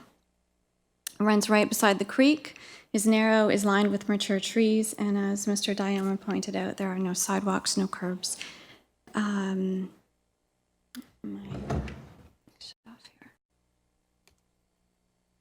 This is a picture of the road. As you can see, the mature trees on one side. The brush on this side is directly on the bank of the waterway.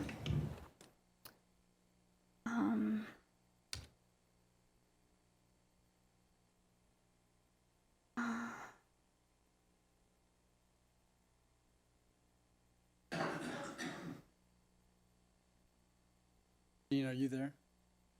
I'm sorry.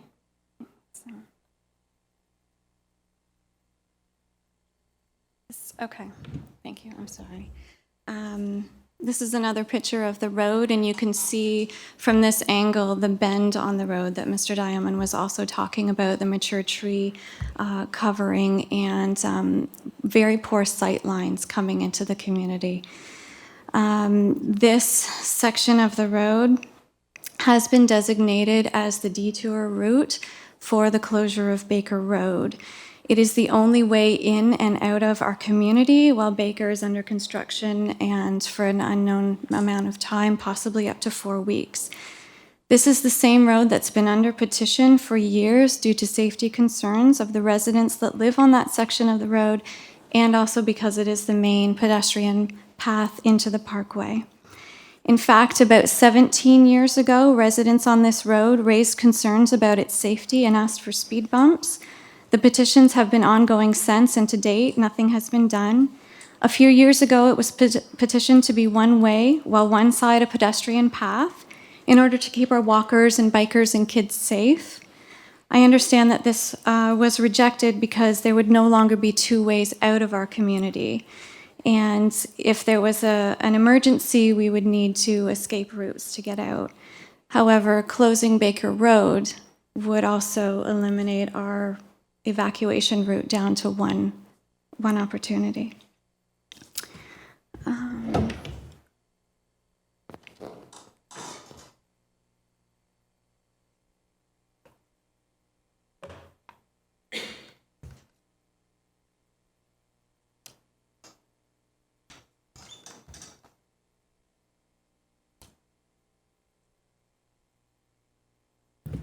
Not sure how to make that bigger. Hopefully you can see here, this picture was taken by my daughter. And as you can see from this picture, two cars can narrowly pass each other at the same time. Excuse me. Yeah.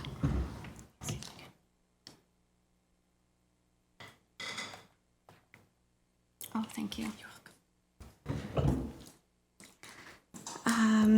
Our school buses on this road pick our children up at the driveways because there isn't enough road for the children to be walking on the road, and they've addressed that safety concern by picking all the children up right at their driveways. Like I said, my daughter took these pictures on the weekend, and unfortunately, this is something that we regularly see. You can see the kids on the side of the road there as well, nowhere to get out of the way of the vehicles. I myself have personally had to literally jump out of the way from approaching cars while on this road, typically at the bend, because the cars don't see the pedestrians there. My family, we've had to duck into driveways, huddled beside the tree while the traffic passes, like the kids in the pictures here. Also living here, it puts me in a place to be a witness, and I've witnessed a good number of near misses. Cars coming in off the parkway at high speeds, rounding that bend, not seeing people, children on the highway or on the road. Moms with strollers, shoving their strollers beside a tree to get their baby out of the way. As Mr. Diamond said, the elderly woman losing her footing, trying to get out of the way. Countless people stepping into the brush along the bank, running to the closest driveway because there physically isn't enough room on the road for the pedestrians and the cars. I've seen cars come up quick behind bikers, kids on bikes, not seeing them. I've watched as the kids are biking on the road and cars are rounding the bend. I've seen my own kids in harm's way.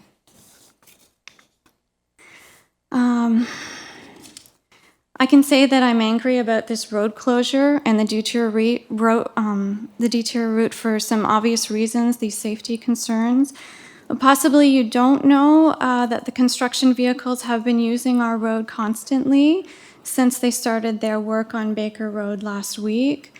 I did inform our ward councillor over a week ago, who informed the infrastructure manager that they continue to use the road.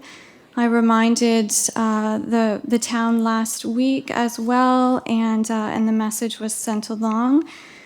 My neighbors were assured that these trucks wouldn't be on the road, and that seems to be the consensus throughout my neighborhood, is that they've been told that these trucks won't be on our road, that they would be accessing Baker Road from Netherby. But even today, there was a constant flow of trucks, dump trucks, construction trucks, on this very road that has been under petition for years, the same road that has a truck restriction sign when you enter it. I would also like you to be aware that the city bus is now using this given road on an hourly basis. I have a picture, but I won't bother to show that to you as well. The city bus concerns me. It started its route today on an hourly basis on this very road.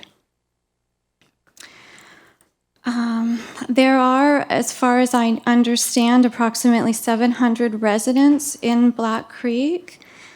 And I'd like to just do some math for you. If we say that there's 2 adults per home and they both work, that would be about 1,400 cars traveling this road one way every day. So my math suggests about 3,000 cars on this road every day, on the road that's been under petition for a very long time, on this road without sidewalks, on a road that is very busy with pedestrian traffic. And this road closure is happening at a time where our children are getting out of school for their summer vacation. At any given time, there are more pedestrians on this road than there are cars, but closing Baker Road will force an almost constant flow of traffic, and they all have to share the same narrow road, which just physically is not possible. And I would like to ask you if you honestly believe that this road is safe to allow 3,000 cars to share each day, along with city buses, construction vehicles, and our pedestrians. I'm asking that you respectfully consider our safety concerns. I'm asking that you address the construction vehicles on our road. I'm asking that you consider the city bus being rerouted. I'm asking that the speed limit of the road be lowered. I think that that's been addressed a number of times, and that speed bumps need to be installed on this road. I would also like to ask that Beam Excavating provide the community with options that are not putting everyone at risk. And my children as well had a few things to say. I'd just like to express my personal concerns about the road closure. I work like right down the street in the corner of that road that we were just showing, and I walk there on mostly weekends. And the traffic is already getting heavier because of the road closure, and the cars are also going fast. And me and the cars, if there's like 2 cars passing at the same time and I'm walking, it's difficult and it's like dangerous for me to be walking on that road. It's also a narrow road, and when I'm walking home in the dark after work, it's hard for the cars to see because it's like poorly lit. So, yeah.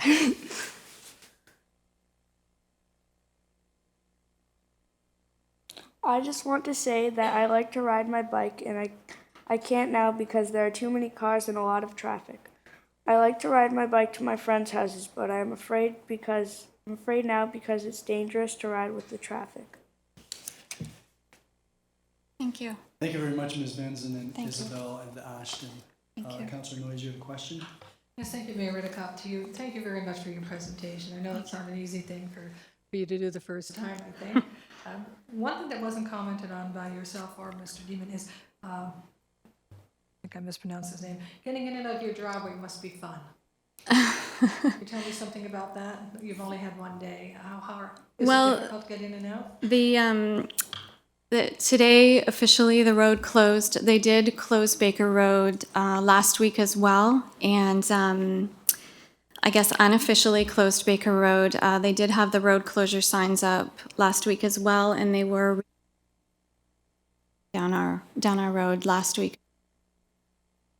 And yes, there is a constant flow of traffic coming in and out of our driveway. It's tricky because there's dump truck, cars going in both directions. And my biggest concern is about the pedestrians, though, because physically they just don't have a spot to stay safe.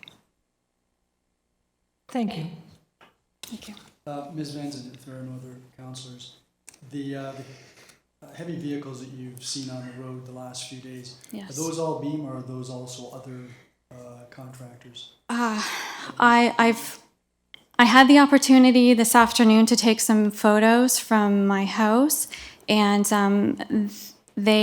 there's a number of different colors of trucks, so I don't know specifically who they belong to. Right. Our understanding is that the road wasn't completely closed until today.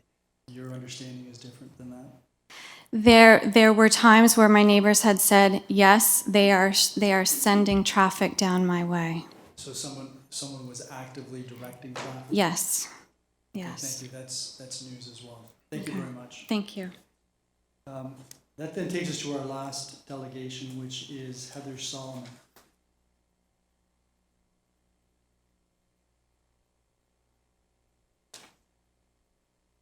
Hello. Good evening, Ms. Solomon. Mr. Mayor and councilors, thank you for your time, appreciate it. Black Creek, we know, is wrapped around by QEW, Netherby, the river, and the creek. I mean, I know part of the Black Creek community can be on the other side of the QEW, but we're kind of, for purposes of the Baker Road closure, talking about this side of the QEW.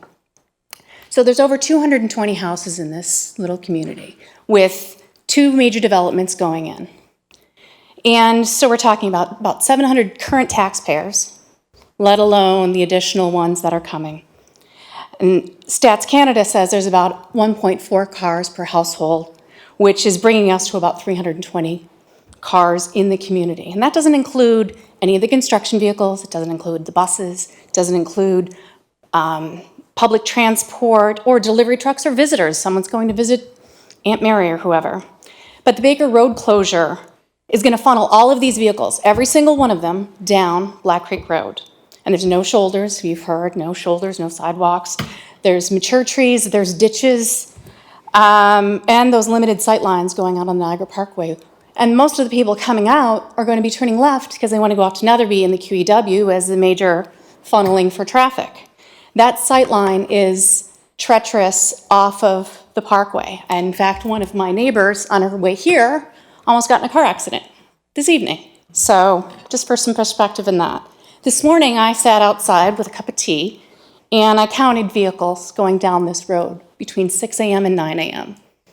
And 6 a.m. you don't expect a lot of vehicles, but there was 80 in an hour. And that bumped up to 120 and then 130 between the hours of 8 and 9 o'clock. So we're averaging about 100 cars an hour, give or take. And these are including over 30 to 35 large construction vehicles. We're talking about dump trucks, ones bringing excavation machinery in. Like, they're not the regular average car that's just taking up your regular car lane. They're taking up a good portion of it. Black Creek is 50 kilometers, and it's 5.8 meters wide. An average dump truck is 3.1 meters wide. So how are you going to get 2 dump trucks down a road, let alone pedestrian or bike traffic? This, like, we're shoehorning something. I understand the development. I frankly kind of like it. But funneling everyone down this one little road that is not meant for this type of traffic. It's physically not capable of holding it. One of the counselors mentioned that the road wasn't supposed to be closed until tomorrow. The letter that we received that was hand-delivered on the 11th said it was going to be closed today. So perhaps some misinformation somewhere, and it was closed last week. I tried to go down Baker Road, and the gentleman told me to just turn around. I said, I cannot get through? And he said, no, it's closed. So again, another example of they pretend it's open, and there have been times where it has been open last week. It wasn't 100%, but they were turning people away, and the road closure signs were up. So what I would like to recommend is that we're limiting the access for emergency services to this area to one channel, right? We're funneling all the traffic through the one spot. We need to look at not just a solution for this short term for one baker is closed, but the long term. Maybe temporary speed bumps for this short term, because frankly, when I sat there and ticked off every car that went by, probably a quarter of them were speeding. And a dump truck speeding is a little alarming, frankly. And I was looking at it from some distance, not as a pedestrian on the road. So some speed bumps may help in the short term with this, but frankly, it feels like the developer ran around and went behind the town's back, frankly. They closed it, they didn't give notice, then we got notice, the dates are different. I spoke to a couple people today. They said, and this is folks at the town here, they said their letter was going to be till July 1st. It would be completed by. Well, mine says the 12th, right? It just feels like we're maybe not getting the straight story or consistent story. So I understand that the road closure needs to happen for a period of time, but I think at minimum it needs to be open in one direction so that there's 2 access points for emergency services. And I think the town needs to really hold the developer accountable, because I feel like they're playing games, truthfully. Thank you. Thank you very much, Ms. Solomon. I appreciate your comments. Any members of council have any questions? Councilor Noyes? Thank you, through the mayor, to you, Ms. Sullivan. Thank you for your presentation. In regards to estimates for the number of bikers and pedestrians on a regular day, not on a regular sunny day in June. On a regular, I mean, especially if school's out, there's tons. I mean, you can see a group of 15 kids going from the community down to the river to go piddle around at the boat ramp. But within an hour, I mean, I would probably say 10 to 15 at minimum, and that's probably a weekday. Like, there's people walking their dogs, they're riding their bikes. There's those little electric bikes that that come through, let alone the biking clubs that come through. Those are, on the weekend in particular, make a point of coming in and doing the loop within the community. If I can continue, what about getting in and out of your driveway?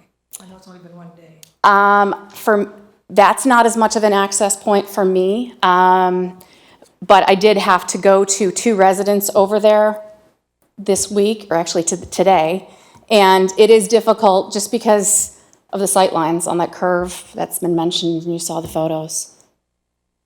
So it is a challenge coming out of driveways in that, particularly the river trail down to the parkway. Thank you. Thank you very much, Ms. Solomon. Thank you. That, I believe, is the last of the delegations. So that would take us then to the consent agenda. And Councilor Dubenau, you have a resolution. Is there anyone that would like any of the items in the consent agenda removed? Councilor Noyes? Okay, we were saying, we can still not, okay, we're going to vote it completely. The 105-107, the EAC, May 15th. I just want to comment on when we get there, so maybe not removing it. Okay. You can ask questions and you can comment, yeah. Anyone else? Councilor Dubenau, please proceed. Yes, thank you, Your Worship. Moved by myself and seconded by Councillor Noyes that council approves the consent agenda items as recommended. Are there any questions or comments? Councilor Noyes. Yes, under the EAC May 15th meeting, they're talking, and I don't have it right in front of me yet, but on page 2 to 3 in the last section, page number 6, the last bullet, it talks about the awnings not being retractable, I think is the word they're using. And I would question whether that is doable with some of the windstorms and things that we have. I think sometimes you have to, one of the reasons you put retractable awnings are so if the wind picks up, you can actually pull them in. So they're not, they're not going to be blown off. I know one of our neighbors on Main Street West lost her awning that she could not pull in. And it was probably a little older too, but anyway, so I just have a concern about that being one of the recommendations, that the awnings be permanent. I don't know if there's any staff member. Councilor Lubich, were you at the meeting? Do you have familiarity with the issue that Councilor Noyes has raised? Yes, what item was that in the minutes? Yes. What page of the minutes? Sorry. Councilor Noyes? report, it was page 2. I'm just trying to pull it up. Hang So on. that'd be EAC, Yeah. page 2. Bird-friendly the- standards. Yes, about the awning.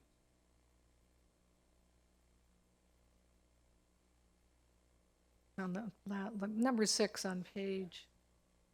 External coverings, awnings. That it must not be retractable.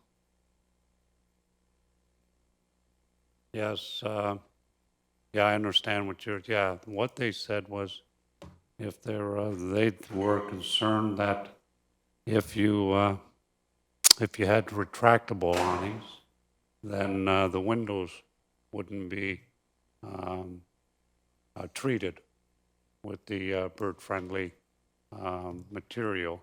So if they opened the awnings and left the awnings open, then you would have no treatment. But at least with an awning, what happens with the awning is it shades it and it cuts back on the reflection from the outside. Councillor Noyes. Thank you for that. I understand that it's a bird protection thing, but the problem is that there are, if you guys can recall, the windstorms we've had in the last, I would say 3 weeks, that if you couldn't pull in your awnings, you would have lost it in the windstorm. So there has to be, I mean, yes, you have to have a consideration to the birds, absolutely, but there are times where you have to be able to take, to wheel your awnings in or to take them down. I don't think that's an issue. I think the point is that if it's a retractable awning, you would want the windows tinted. If they wanted them retractable, yeah, but that's why they were saying that. I know we have high winds, but we don't have high winds every weekend. We've had high winds lately, and my neighbor right next door has awnings, aluminum awnings on her windows. None of them came off. So I mean, yeah, you're gonna have some damage in a windstorm. You're gonna have damage in an ice storm, but you'll have those damage whether it's an awning or not an awning. I don't know that, a retractable awning and a non-retractable awning is a concern over a high wind. If they're attached properly, and I'm assuming that when they're engineered for sunny days and windy days. Councillor Noyes, you've expressed a concern with respect to this, and I would anticipate that when this proposed policy comes before us, you'll have an opportunity as well to raise your concerns. Any other questions with respect to the items in the consent agenda? Mr. Walsh, I'd like to refer you to the Traffic Coordinating Committee minutes. I have 3 items that I wanted to ask you about. The very first appears on page 2, and it has to do with Russell Street and Jeanette Street. Just to confirm that going forward, at some point, the stop sign at the intersection of Russell and Jeanette and Lewis Street will be removed. That will become a through street, and there will be a yield sign then put on Jeanette Street. That's what it appears to be saying. Yes, Mayor, that's correct. So logistically, how do you, there presumably are some steps there. You wouldn't just be taking out the stop sign on Russell, I shouldn't think, without there being some type of transition period. No, what we actually do is install stop signs on both legs, and then after a period of 1 year, believe it or not, remove the stop sign on Russell, replace it with a yield, and there'll be a yellow diamond yield ahead sign with the new on top of it for another period of time. Okay, I always have misgivings about changes in traffic controls, particularly when they've been in existence for not just years, but decades. So I would hope that we would monitor this. I understand, I'm very familiar with the intersection. My grandparents lived around the corner, and I'm frequently in that area. So I would hope that we monitor that very carefully. Second thing that I wanted to ask you about was the LED lighting on North Shore Drive. There was some communication with respect to one of the residents, and I see that there is some monitoring going on right now. There is some monitoring going on right now. We also have a potential solution from our provider on that should meet the residents' requests. Thank you. And then the final one has to do with the school zone on John Brandt, Highland, South Mill, that area. I will be speaking to you about arranging a meeting with some of the residents and Councillor Butler and me so that we can further discuss this area. I see that it's been dealt with by the Traffic Coordinating Committee. I think there needs to be some further dialogue, and I think the residents need to be brought in as well. So I'll follow that up with you, Mr. Walsh. Very good. If there are no other questions or comments, Councillor Zanko. Thank you, Your Worship. You've actually just brought up something that I wanted to mention as well regarding the Traffic Coordinating Committee meeting notes. Item 5.1, with regard to Ferndale Road and Ferndale Park, I thought we were looking at this as it's being a walking route for the kids going to the high school. I thought we were looking at additional lighting aside from this request coming in. I thought we were going to do some sort of a study in that regard. Has that been done already, Mr. Walsh? Mr. Walsh? Through you, Mr. Mayor, we did look at the situation. Your recollection of and my recollection are somewhat different. I wasn't aware that it was a school lighting issue. To me, schools let out at, I know the high school lets out at 2:10 p.m., I believe it is. So they're long gone before any darkness falls upon us.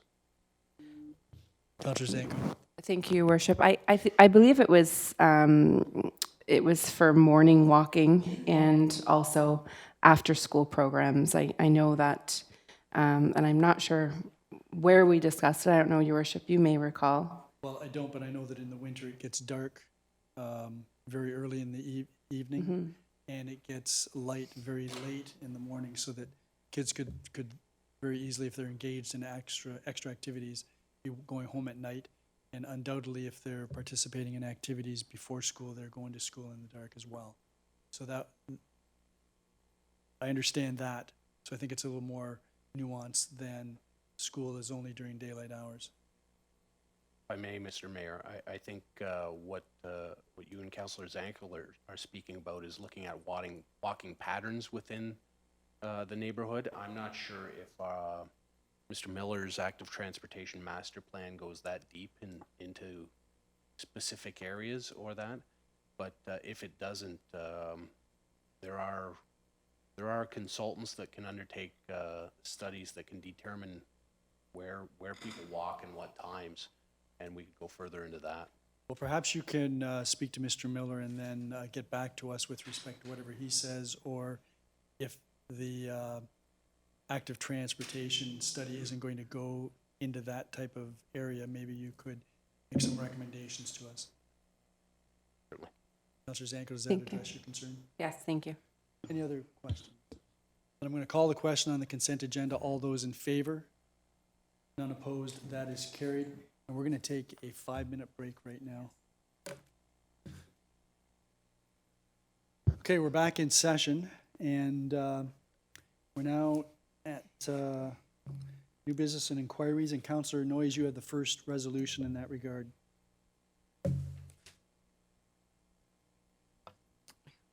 Moved by myself and seconded by Councillor Dubineau that council proclaims the month of June as Seniors Month. Are there any questions or comments? All those in favor? None opposed? That is carried. Councillor Lubert, you have the next resolution. Yes, thank you very much, Mayor Redekop. Moved by myself and seconded by Councillor McDermott that council proclaims June 21st, 2019 as National Indigenous Peoples' Day. Are there any questions or comments? All those in favor? None opposed? That is carried as well. Councillor Butler, you have the next resolution.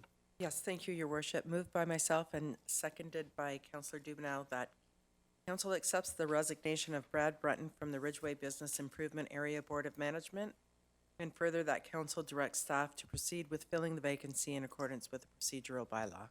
Are there any questions or comments? All those in favor? Unopposed? That is carried. And Councillor Butler, you have the next resolution.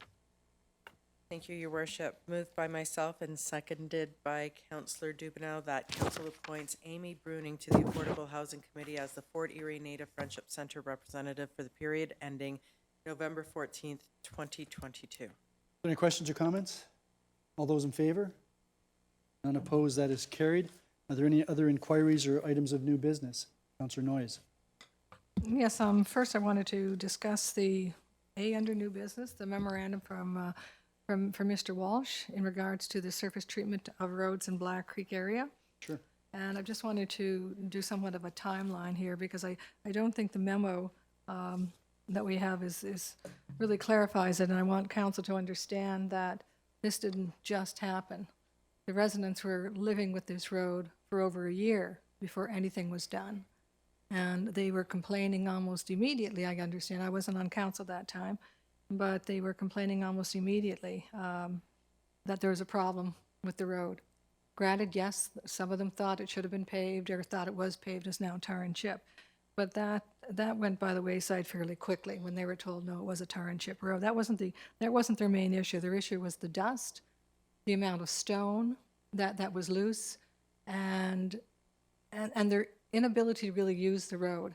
I know there was one lady on River Trail that I was talking to her neighbor that she uses a wheeled walker. She couldn't walk. She used to walk around the circle. She couldn't anymore because of the amount of loose gravel that was on there. There was children who fell off their bikes because they were used to the road being much more firm than what it was. Granted, maybe the kids should have slowed down, and they fell off their bikes. One even broke his helmet from the impact of falling. Granted, he probably has to take some ownership of that, and I realize that. But I bumped into joggers or people walking their dogs. The dogs couldn't walk on this road because of the type of stone or whatever. I don't know enough about stone.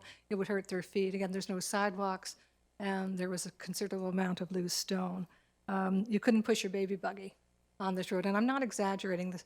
I can remember Councillor Dubenow who said, well, I went by, it's a nice gravel road. Well, that's the problem. It wasn't supposed to be a gravel road. And it was only this past spring, which is about a year after it was, I don't know the exact date because I wasn't here, that it was done, that it was actually looked at. And I know when I talked to a few people, the first answer I received was, oh, they just wanted it paved. They're just mad because it's not paved. Well, yeah, they wanted it paved. I wanted it paved. We'd all like a paved road, but that wasn't the issue. The issue was the examples that I gave you.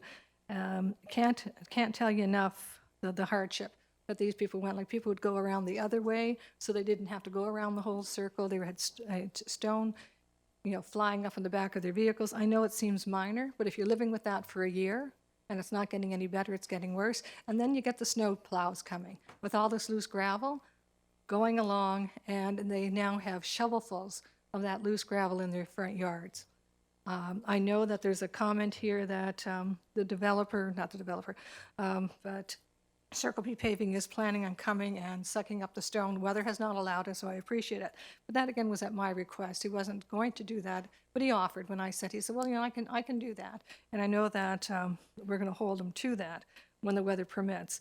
But again, I think that for the first year, I think the comments and the concerns were minimized or dismissed and was just pushed off to say, well, they just wanted it paved. And it was much more than just wanting it paved. And I won't be supporting this out of principle.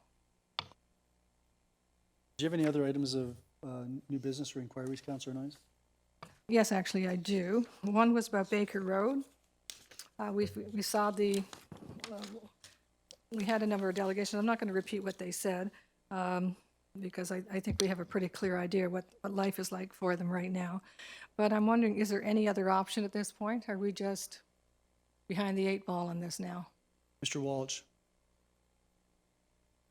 I mean, the reality is that we've now heard about some things that have been done by the contractor that, if accurate, aren't things that we were made aware of and that I'm sure you're not aware of, such as directing traffic specifically down Black Creek Road, and apparently closure of the road last week well before this council had anticipated that would occur. Yes, Mayor, that's true. It did take me by surprise as well. If that is the case, I'm very disappointed in the contractor. They had given me their word that that wouldn't happen.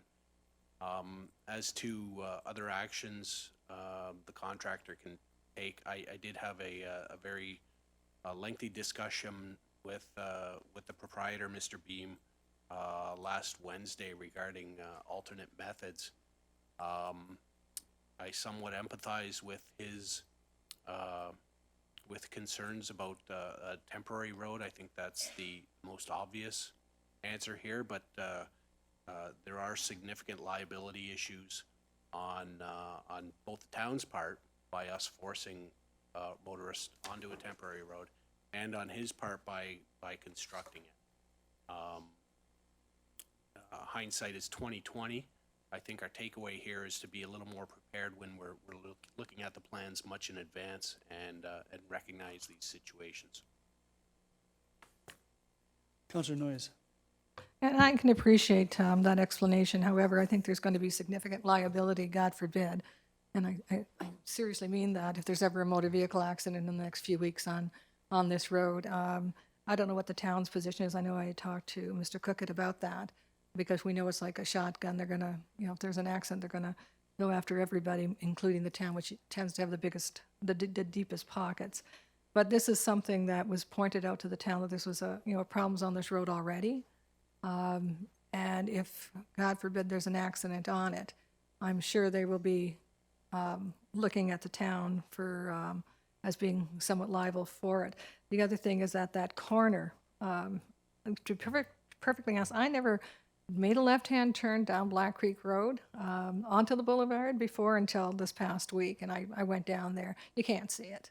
You're just hoping and praying and crossing your fingers that you can cross. You have to cross the right lane before you can even see what's coming in the left lane when you're making a left-hand turn. It's not a good sight line at all. On top of that, whether it's timing or whatever, but I don't know when they put the new asphalt on the boulevard, but now there's even actually like a little incline when you're going up. So not only do you have to kind of look this way, you have to kind of lean forward because the back of your car is lower than the front of your car. So it's not like this, but it's like this. So you're kind of fighting gravity when you're trying to look around the corner, which also makes it harder. Like you can't just kind of speed out because you're trying to make a left-hand turn and you're dealing with that incline at the same time. And at the same point, if you're looking to your left and you're trying to make a left-hand turn, there's another curve coming, and on your right there is the bridge. So we're sending all our traffic there to make a left-hand turn to get to Netherby. I hope nothing happens, and I'm sure we all hope, but again, and I don't know if there's anything we can do at this point. I don't know if there's any alternative. Last week we were kind of saying, well, there is no alternative, and then in the middle of the week we heard, well, maybe there is an alternative. We can look at this, and then we heard, well, the developer doesn't want to do this, the temporary road, because of liability. So basically, he threw the liability in our lap, and I do know from people who were told not to use Baker Road last Monday. I got Tuesday. I got a call saying that they were told that, granted, they could use the road if they wanted to wait 15 minutes. So the trucks could do their backups and things like that. Now, again, we did not give direction that they could not close half the road, but they were closing the road at some point. I know I talked to Mrs. Solomon to make sure that, were they just saying that did they give you notice saying, well, you can wait and it'll be 10 minutes or 15 minutes? She said, no, absolutely. They told me I could not use the road and I had to use a detour. Mr. Walsh, at a minimum, I think what we should be doing is making sure that one lane is opened almost all the time unless there's an absolute necessity for the road to be closed. That's number one. Number two, I think we need to get better cooperation from the contractor if what we've been told tonight is accurate about them actively directing traffic down Black Creek Road as opposed to letting them go through on Baker. And three, I'm amazed that the municipal transit bus goes down Black Creek Road. My understanding was that they turn around in the community center coming off of Netherby. So They normally. Well, I think I think we need to look at that. I thought that Jennifer had found a solution with respect to that. Well, you spoke to me earlier, and I think I got that impression as well, but please go ahead, Councillor Noyes. Actually, Jennifer and I had a conversation today because today's Monday, as of Friday, they weren't sure whether the bus was going to be able to turn around There was the first plan was that they were going to actually turn around on Netherby Road and at Baker and do a U-turn onto right in front of Baker Road. The bus was going to do a U-turn. They tried it. They didn't like it. They didn't want to do that, I understand. So that was no go. So then they did think that they were going to try. Today when I talked to her, she says, actually, Emery, we can go down Netherby Road, down Black Creek Road, and then we turn around the circle, like we go around the River Trail Circle and back up, I think is how they're turning the bus around and getting back up. So they're coming in and out of Black Creek Road. It's the only alternative. And I was pleasantly surprised, and I'm not saying this tongue-in-cheek by any means, that there's a number of individuals that do use that bus regularly, and there was no real alternative for them other than maybe going to the Black Creek Leisure Homes, finding their way down there and getting picked up by that. But the bus does go around it now, so that no longer is. But again, there was no signage today. I had a call from Mr. Brown. There was no signage. He thought it was still going to be open today, but he couldn't get to the community center. He did call the town. I think the town did find out wherever he was. Something worked out. It worked out fine for him. And now there is a sign at Baker and Black Creek Road, and that is now the stop until this road closure is stopped. Mr. Walsh, this might be a good opportunity for the transit system to try to use a smaller bus rather than having a large, nearly empty bus going in and out of Black Creek on a very narrow road. Maybe we could look at smaller bus, which we've talked about before, simply because of the numbers. So maybe you could look into that. You feel that you have adequate information now from council with respect to this? Thank you, Mr. Mayor. I do. I'll express council's thoughts and my own as well to the contractor first thing tomorrow morning. If what's been said here tonight is true, I'm disappointed, to be frank. With respect to the transit, I think it is a good opportunity to use a smaller bus in there and relieve at least a little bit of pressure on Black Creek Road between River Trail and the Parkway. I think the main takeaway is, and I can't speak for every member of council, but I would be disappointed to hear that the contractor is still directing traffic down Black Creek Road if it's not necessary, because at least one lane of Baker is open and could be and should be open. Any other items of new business? Councillor Butler. Thank you, Your Worship. Through you, I was hoping we could get an update with respect to the build for Bernard Beach. Mr. Walsh. Thank you, Mr. Mayor. Ironically, Mr. Brady, Ms. Hanson, and I were speaking about that and the Burley Road access today.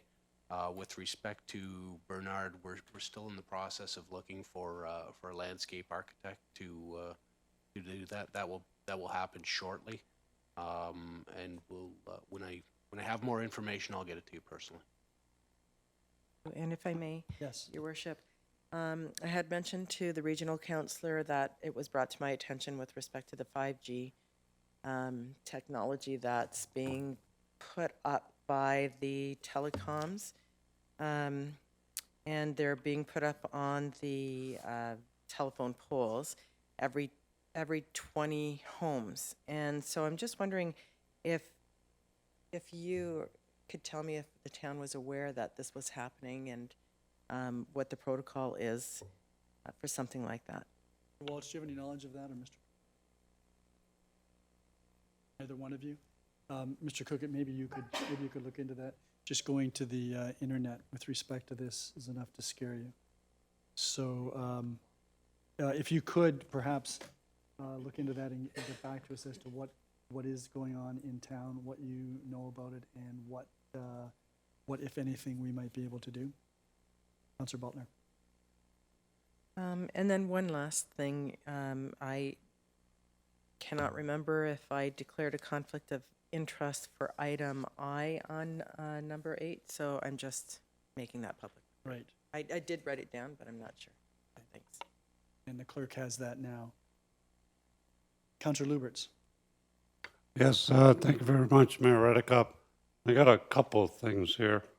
But the first one, I just want to piggyback on the surface treatment of the river trail.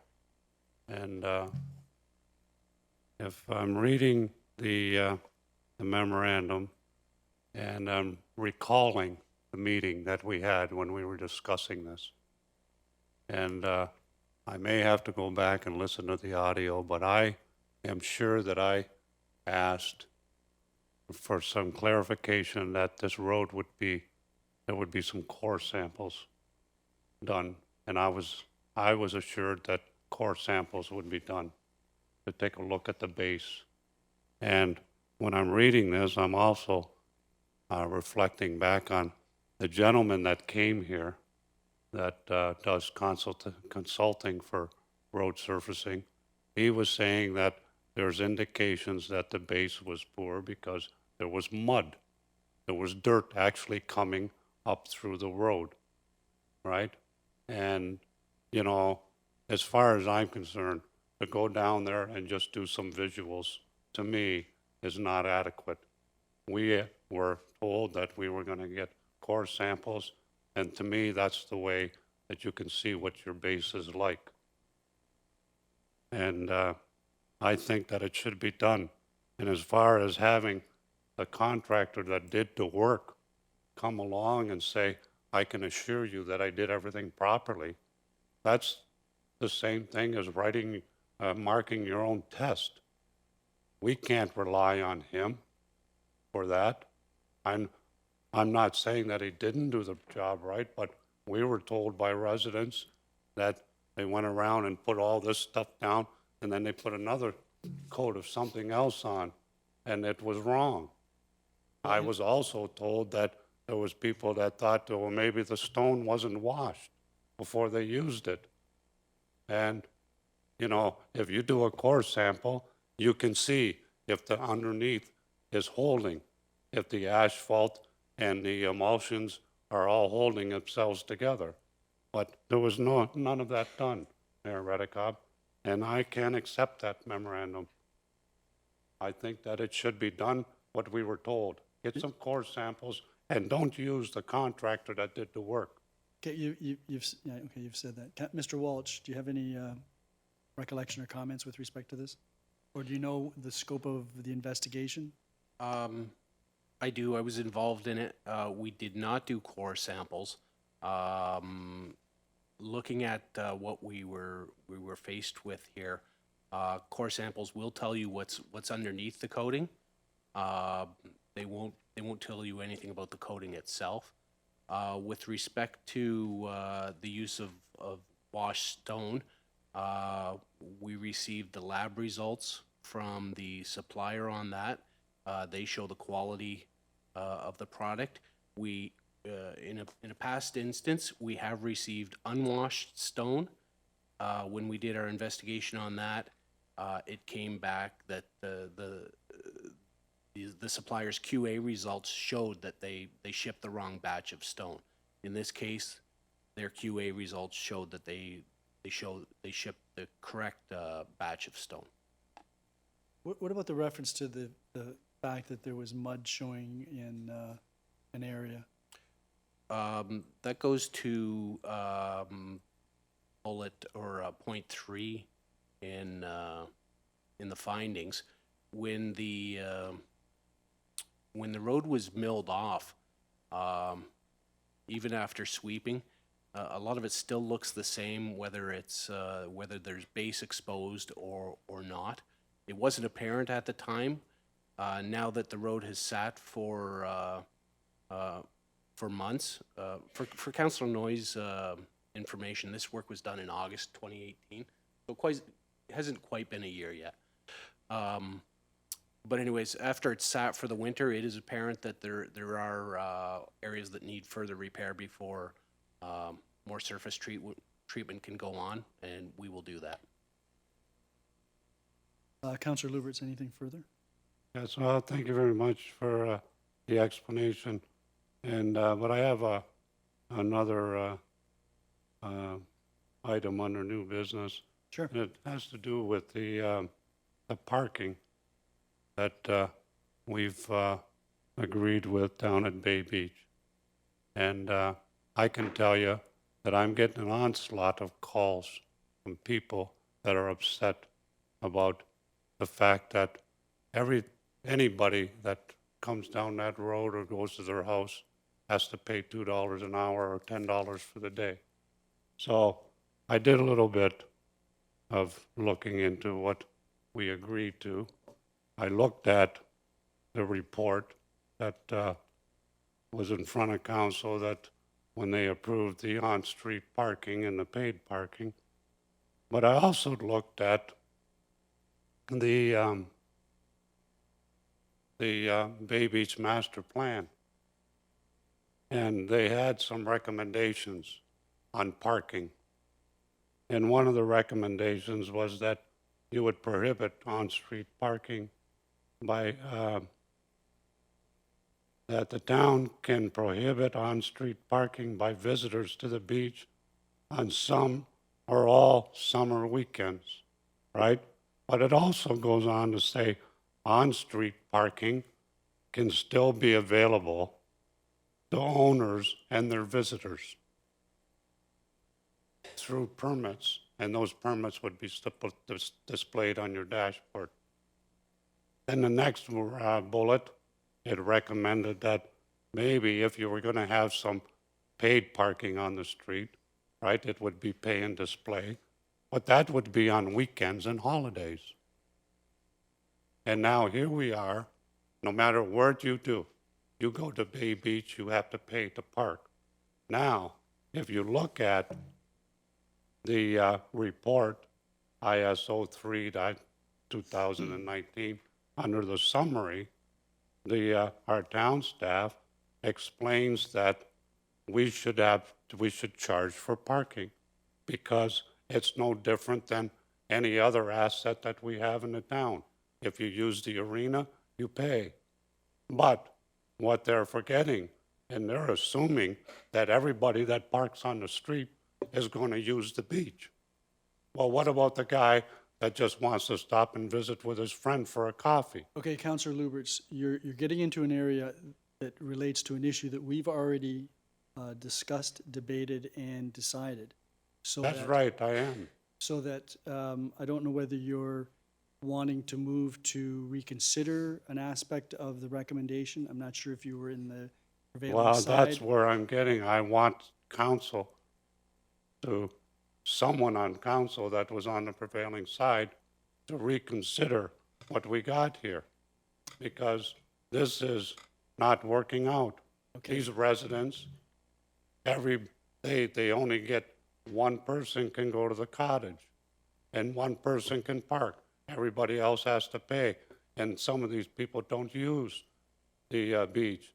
But I want to give everybody an example of what happened in the town of Fort Erie in the past. Now, the hospital came along and said, we're going to charge for parking at every hospital in Ontario. So the town of Fort Erie and the residents complained that they didn't want to pay.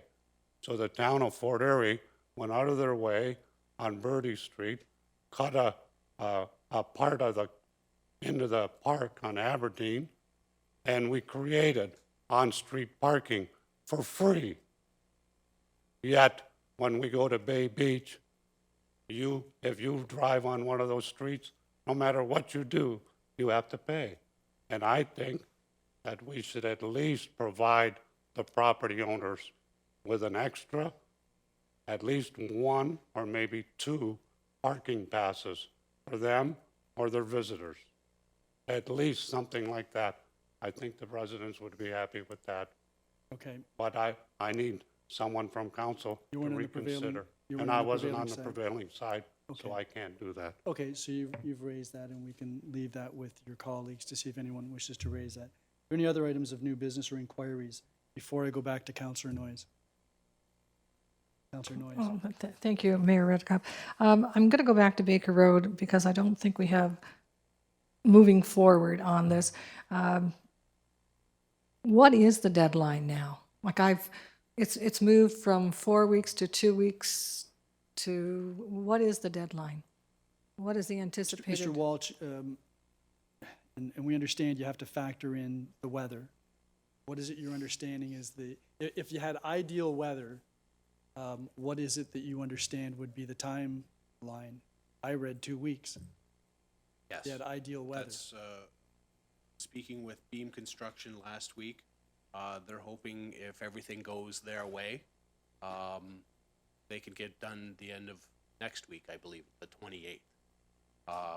That seems reasonable, looking at the weather. Thursday's gonna be likely no work day already. It's supposed to pour rain Thursday, so now we're into July 2nd. Who knows what the weather's supposed to be next week? So It's really it dependent is on the a, weather. given the work involved, it is a fairly short period of time. The contractor is well aware of the anguish they go through and the wishes of council. Mr. Beam sat in chambers last week for the discussions. He's well aware of what's going on. He wants to get it done as fast as possible as well. Councillor Noyes. And I can appreciate not everything's within our control, but it is supposed to be open on weekends. So let's say this coming weekend comes and they decide because it is sunny weather, they're going to close it. Because it's, Well, is that doable or are they restricted? I would be inclined to give them the latitude to work on every sunny day to try to get this job done. Mr. Walsh, what's your view on that? And Councillor Noyes, what's your view on that? Are you suggesting that that would be a reasonable thing to do, or that you'd rather prolong it and keep it open on, keep the road open on the weekend? Well, if I can comment, the problem is communication, is that we've now told them, we told the residents that it would be open on weekends and after 7, from 7 p.m. to 7 a.m. So I don't know how you're going to communicate that to them. I think they would be very disappointed or feel again that they've been somewhat misled in that it's the weekend and the road's closed. So I would, I don't know where I stand on this. I think if we didn't already tell them it was going to be open, that the option to close it if they could work and that would just mean that the timeline would be shorter. I would probably go for that. I think the safer route is to keep it closed. Yeah, I mean, That that's way what they- we've told them. That way the communication is simpler. I think the simpler we keep it, the better. And then at least they can rely upon that. That would be my view. Any other items of new business? Mr. Walsh, we had, sorry to keep making you the focal point of all of this, but we had the issue with respect to the Point Avenue drainage concerns that was raised. And I'm wondering, I know that there's been work done on the Point Avenue drain. I know that Port Colborne is intimately involved in this. The delegation also made reference to the Bay Beach drain. And I'm wondering if we can't get some information from our drainage superintendent with respect to what the status of those things are and what the options might be in order to try to address some of this flooding stuff. I know we can't change the levels of the lake. I know that's beyond our jurisdiction, and I'm not so sure that we're going to be setting up a fund to subsidize property damage, but there may be some things that we can do. If I may, Mr. Mayor, today and just this past Friday, with the rains that we had last Thursday, there was more flooding than usual in the area. We did send out additional pumps today and last Friday to help alleviate very localized concerns. That's certainly not the answer. With the lake being at such a high level, it's obviously going to restrict drainage out of the Black Creek municipal drain. The area, as Dr. Apologies, I can't recall his name right now, our presenter. As the doctor pointed out. Dr. Flynn. Thank you. As Dr. Flynn pointed out, the areas are provincially significant wetlands, i.e. a swamp. Even if we could stop water from entering the creek from the lake due to the high lake level and started pumping the creek down, we'd never get it down. There's just way too much water in here. The those flap gates that Dr. Flynn spoke of, they're there to prevent storm surges from entering the creek during normal water levels.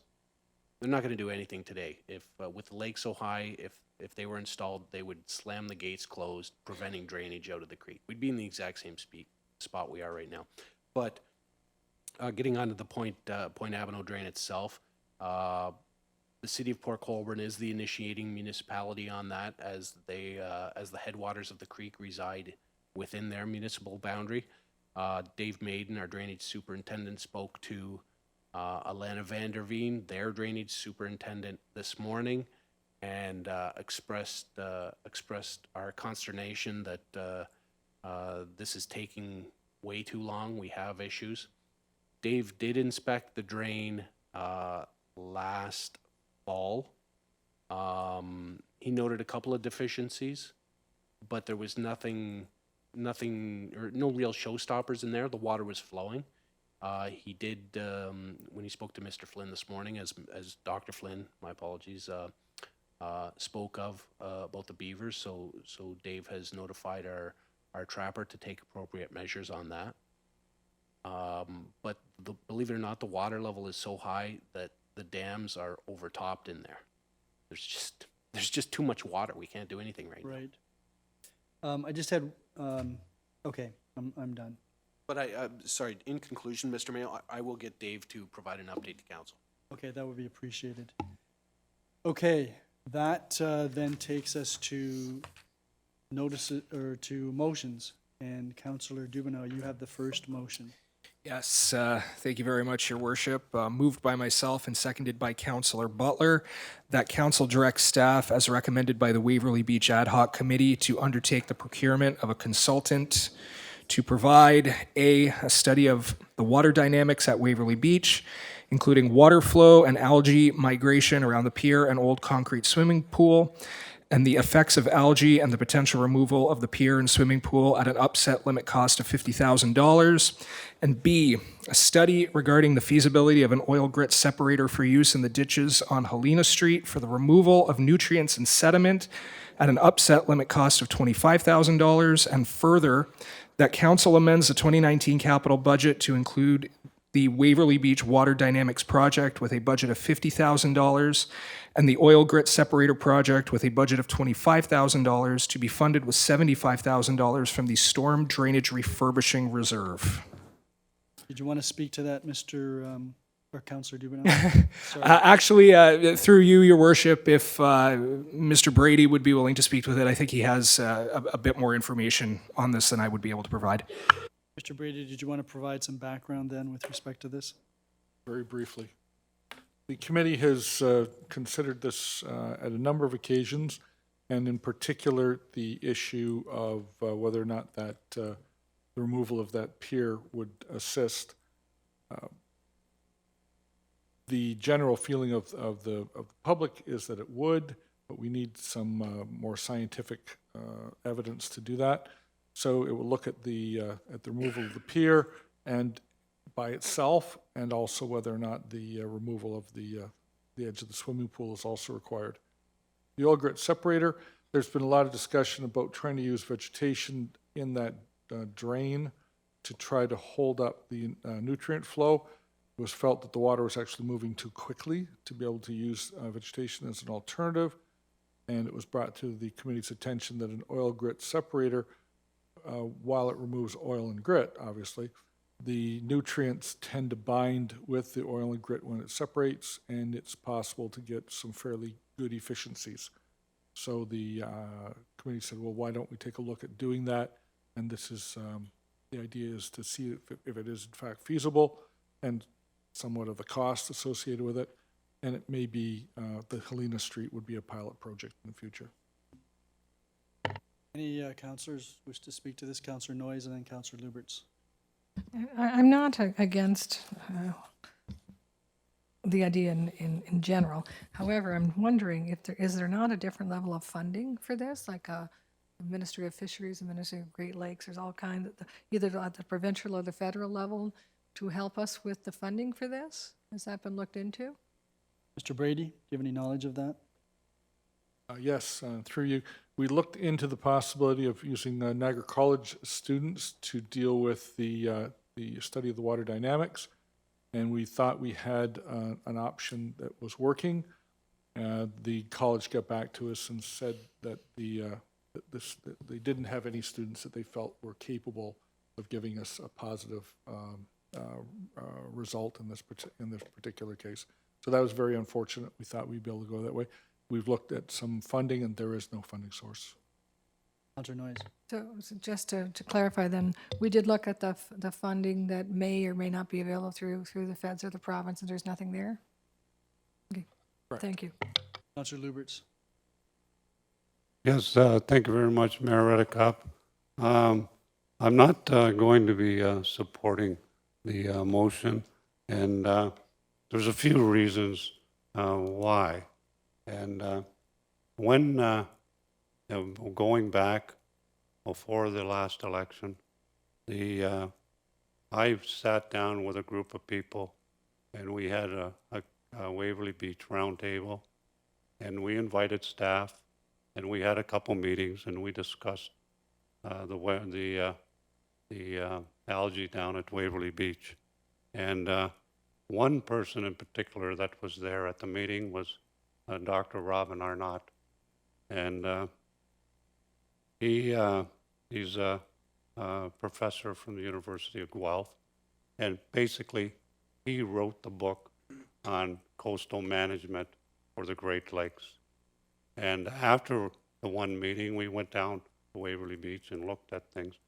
And at the meeting, he expressed his opinion and said that to go and hire a consultant, right, and do some modeling down there at Waverly Beach to see if you could do something with the algae would be a waste of money. He said it would be much better, and it's in his report that he gave us. He gave us a report, and he did it for free. And he said that it would be better if we got 3 opinions, right? And because we could get the opinions for about $10,000. And the reason the modeling and the consultants wouldn't be a good idea, in his opinion, is that the waters at Waverly Beach are too shallow, and the modeling information would be inaccurate. And that's the expert that came to the meeting. The second thing is, now, after the meetings with the roundtable, we got introduced to the Environment Canada, and they put together the Coastal Community Collaborative, right, for Lake Erie, on our shoreline. And they did some citizen science about the algae. And the reason this project is there is they need to find the source of the algae. And that's what the whole project is about. Waverly Beach is included in one of the monitoring places. And it's done by myself and my neighbor. And we're doing Waverly Beach and Craft Road Beach, back and forth from there. But we're going from here, from Fort Erie, all the way to Wainfleet with the collaborative. So a lot of the information that you would be receiving from a consultant, we're going to be getting anyway. Niagara College, right? The professors at Niagara College are working with their students, and are doing water monitoring along our shorelines. Waverly Beach, Craft Road area is all included. Now, if you want to put a grit separator, right, on Helena Street, that's all well and good.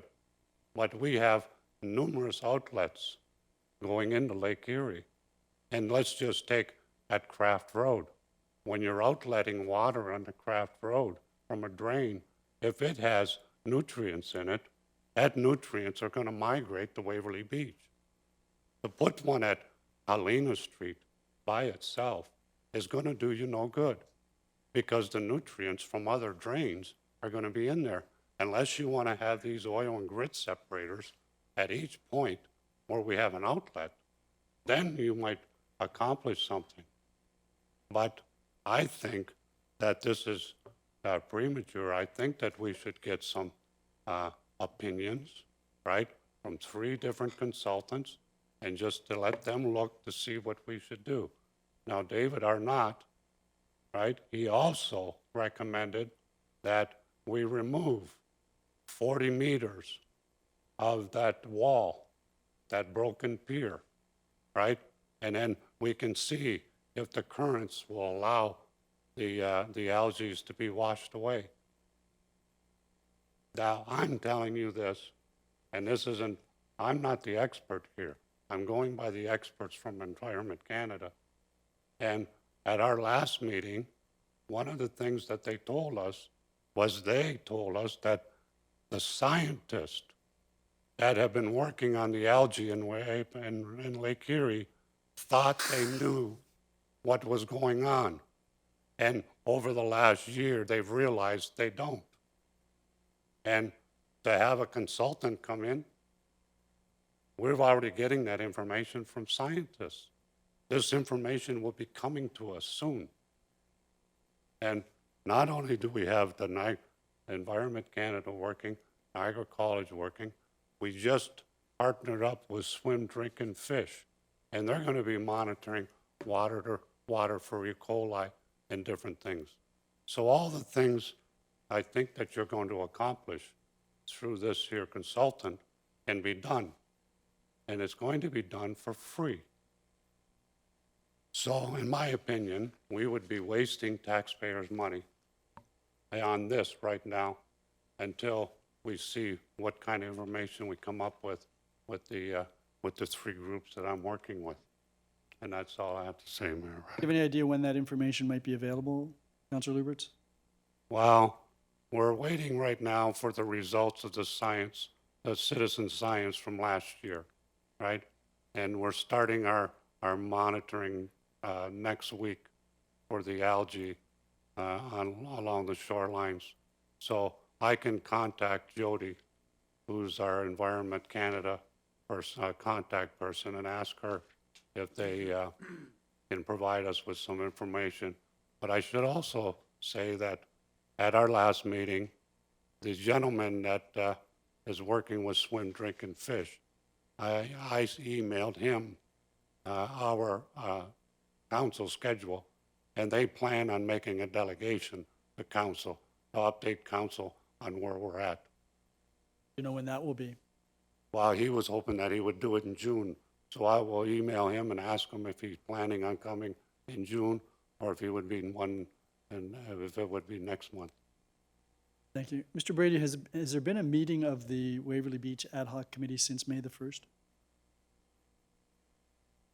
We held one meeting recently. The minutes haven't been produced. It was a very brief meeting, and we discussed the motions that were being brought forward by Councillor Dubineau, and the committee said that they would await to see what council did with these motions to determine whether or not they wanted to meet again. Note that in connection with the oil grit separator, Mr. Stojanovic was going to provide some information to the committee on the effectiveness of the oil grit separators. And he was talking about cost of a separator being $25,000 to $30,000. So did he provide additional information at the last meeting? No, he wasn't at the last meeting, but he has provided information at the meeting he did attend that an oil grit separator can be in the area of about 80% efficient in terms of nutrient removal. Any other councillors? Before I go to you, Councillor Dubineau. Councillor Dubineau. Yeah, thank you, Your Worship, and through you, I want to thank Councillor Luberts for his input. I do know that members of the committee have made requests for information like this in the past previously. I think one of our minutes, it even came up at council. Mr. Holdsworth had requested information like this, and it's my understanding that we've been told that there is no additional information or that the information has been provided. One way or another, there's some concern about the discussion, if you will. So that's fine. I will be requesting a recorded vote on this, though. Thank you. Mr. Brady, before we go any further, is there a possibility, as Councillor Lubberts has quite correctly pointed out, there are outlets all along the lake which would be bringing nutrients into the lake, all of which would eventually filter their way down towards the east end of the lake. For $25,000, can't we get more than just a study on one street? No, what we're doing is we're looking at a study on one street to see if it's feasible to put it in that location. And if it is feasible, then the intent would be to bring that to council with the total cost of putting in an oil grit separator at the Helena Street area, and that would be a pilot.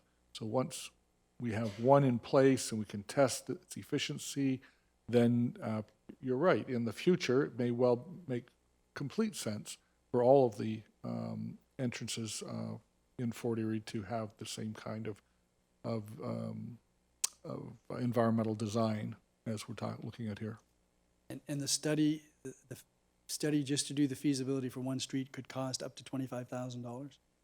That's what I was informed. Okay, any other councillors? Councillor Zanko, before I go back to Councillor Lubberts. Thank you, Your Worship. I can tell you from previous council and sitting on this committee as well, that the intent is to allocate some funds to finally get some solutions for an ongoing problem for many, many years. I don't think anyone is interested in wasting taxpayers' money. It's interesting what Councillor Lubberts had said. I'd be, very much looking forward to the information and the delegation that will be coming forward. I am going to support Councillor Dubineau's resolution, but I'm wondering if perhaps we should move forward with a resolution in order to set aside some funds, but get some timelines on the information that Councillor Lubberts had referred to before actually moving forward with a consultant. Entirely up to you. I just think if it sounds like this information is going to be coming our way this month, if not next month. So again, I'll still support your resolution tonight, but perhaps we can just hold off for a month or two on. So fill me in on what you're driving at. Are you So- suggesting that this be deferred, or? We could defer it. We could defer it to, say, July. You can't because you've already spoken to it, but I see what you're saying. Councillor, she did ask you a question, Councillor. Yeah, I was just Yeah, thank you, Your Worship, and I would like to speak to that. I would love to see any information that anyone out there has regarding solutions for Waverly Beach and the algae problem there. This has been an issue for quite some time, and I completely agree with you that I don't think anyone wants to spend taxpayer dollars frivolously. But anyone who's familiar with the area and realizes what we see happen down there during the summer realizes that, one way or another, we got to find a solution. And the intent of the recommendation from the committee was to start, to look at feasibility, look at things that we can do, look at the water dynamics, see if that's actually what's impacting the algae growth there at a level that's higher than elsewhere. Is it nutrients from houses, when they fertilize their lawns or they do, things along those lines, it run off into the ditches, which then leads into Lake Erie through Helena Street. The intent is to start. And I know members of the committee have made requests for information from Councillor Lubberts in the future, or in the past. They obviously, because it's been in the minutes previously, they're not satisfied with some of the responses. So if the intent is for council to postpone this to a later date to wait for some information, I'm all for that. My concern is that we could just be spinning our wheels even more on an issue that we're trying to find a solution on. I would support a postponement, but I think we really got to get something done. The next, I don't disagree with you on that. The next regular council meeting is July the 15th. Councillor Lubberts. Yes, thank you very much. I just want to comment on the fact that there was a request for information. The first thing is when When we started having meetings with the roundtable, we migrated to Environment Canada. I spoke with our CAO. I told our CAO, we need somebody from the town of Fort Erie to be coming to these meetings. And the second thing is, Mr. Dumanow, or Councillor Dumanow should remember, is they had a representative from the ad hoc committee coming to the meetings. She quit coming to the meetings. So when you're asking Councillor Luberts for the information, you need to understand, I'm with the collaborative and I'm working with Environment Canada as a private citizen. I don't represent the town of Fort Erie. I don't represent Environmental Advisory Committee. I'm a private citizen, right? We have invited, and the collaborative has reached out to the town of Fort Erie and asked the town of Fort Erie to bring someone to their meetings to have the town of Fort Erie represented. And if you're not getting the information, that's not up to me. You had a representative from the ad hoc committee there. If she wasn't relaying information to you, I don't know what to do. You've had Okay, so. all the minutes. So you're kind of drifting off of where we are. You Well- indicated previously that there's information that's going to be coming forward that deals directly with this motion. No, that's he before- indicated just that they let me kept finish. asking me for the information. Let me finish. Okay, I heard that. Let me finish, though. You've indicated that there's information that's going to be coming forward that bears directly on the subject of the motion that's before us. You've indicated that you thought that might be in June, but that obviously hasn't happened. You were going to follow that up. Do you think that there's going to be information available? Obviously, if there's information that's directed to this, that's of interest to members of council.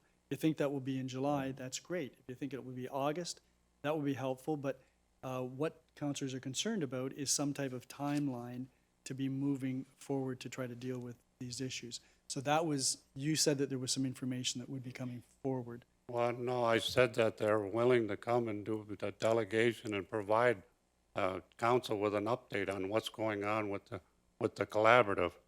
But what Councillor Dubanow was saying was they kept asking me for information.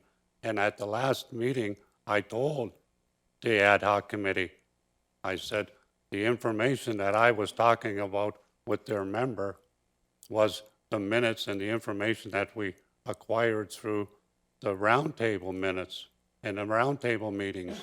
And we provided all of that to our staff. And our staff obviously didn't provide it to the ad hoc committee. You mentioned earlier in your comments, Dr. Robin Arnott. Did he Yes. provide anything in writing with respect to any of this? Yeah, I got a report right here. All right, so that's something that I don't think, The staff has this report. They didn't give it to the ad hoc committee. I don't know. Have you seen that? This report was done in 2017, Okay, Mayor so, Redekop. all right, so we haven't seen that, hasn't been passed on to us. It may be germane. I'm presuming that since you've referred to it, it is germane. That's something that would be helpful.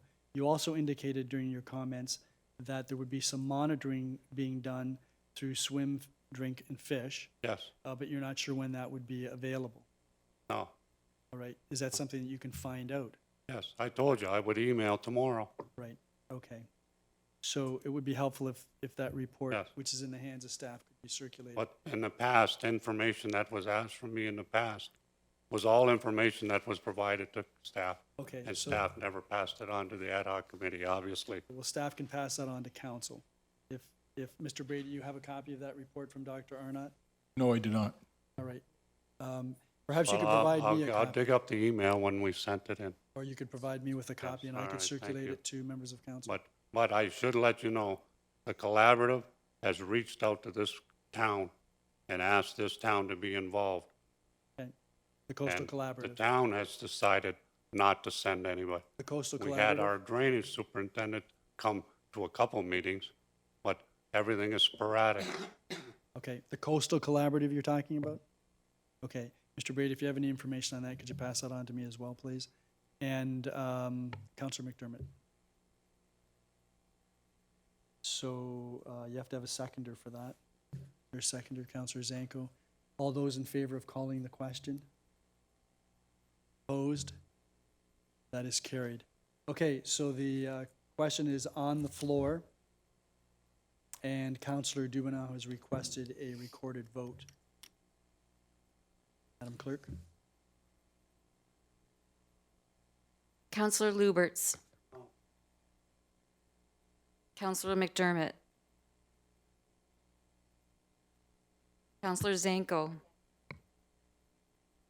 Councillor Butler. Yes. Councillor Dubenow. Yes. Councillor Noyes. No. Mayor Redekop.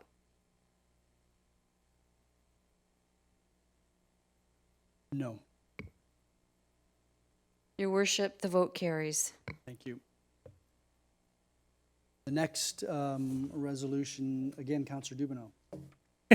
Thank you, Your Worship, and this one's a little longer, so bear with me. Moved by myself and seconded by Councillor McDermott that, whereas the Auditor General of Ontario's special audit of the Niagara Peninsula Conservation Authority made 24 recommendations, the third of which recommended that members of the Niagara Peninsula Conservation Authority Board of Directors collectively have the skills, experience, and training necessary to oversee the MPCA's activities effectively, and whereas the Town of Fort Erie recommended Leah Fiore as their Niagara Peninsula Conservation Authority representative, an individual with extensive background in accounting, business ethics, and environmental sustainability, who was appointed to the Niagara Peninsula Conservation Authority Board of Directors by Regional Council on May 26, 2019. And whereas voters on October 22, 2018 expressed a strong desire for transparent and accountable governance within the regional municipality of Niagara and its local area municipalities, now therefore be it resolved that Council directs staff to prepare a report outlining policies for the recruitment and recommendation of individuals for appointment to the Niagara Peninsula Conservation Authority Board of Directors, and further that the Town of Fort Erie requests that the regional municipality of Niagara provide recommendations with respect to specific qualifications and/or skills to the Town of Fort Erie to be considered for incorporation into our own recruitment policy, and further that the Town of Fort Erie requests other local area municipalities within the regional municipality of Niagara, as well as the City of Hamilton and Haldimand County, to create similar policies that address the unique needs of their municipality if they've not already done so. And further, that the Town of Fort Erie requests that Niagara Regional Council create policies to respect and support decisions made by local area municipalities regarding their recommendations for appointments to the Niagara Peninsula Conservation Authority Board of Directors. And further, that this resolution be circulated to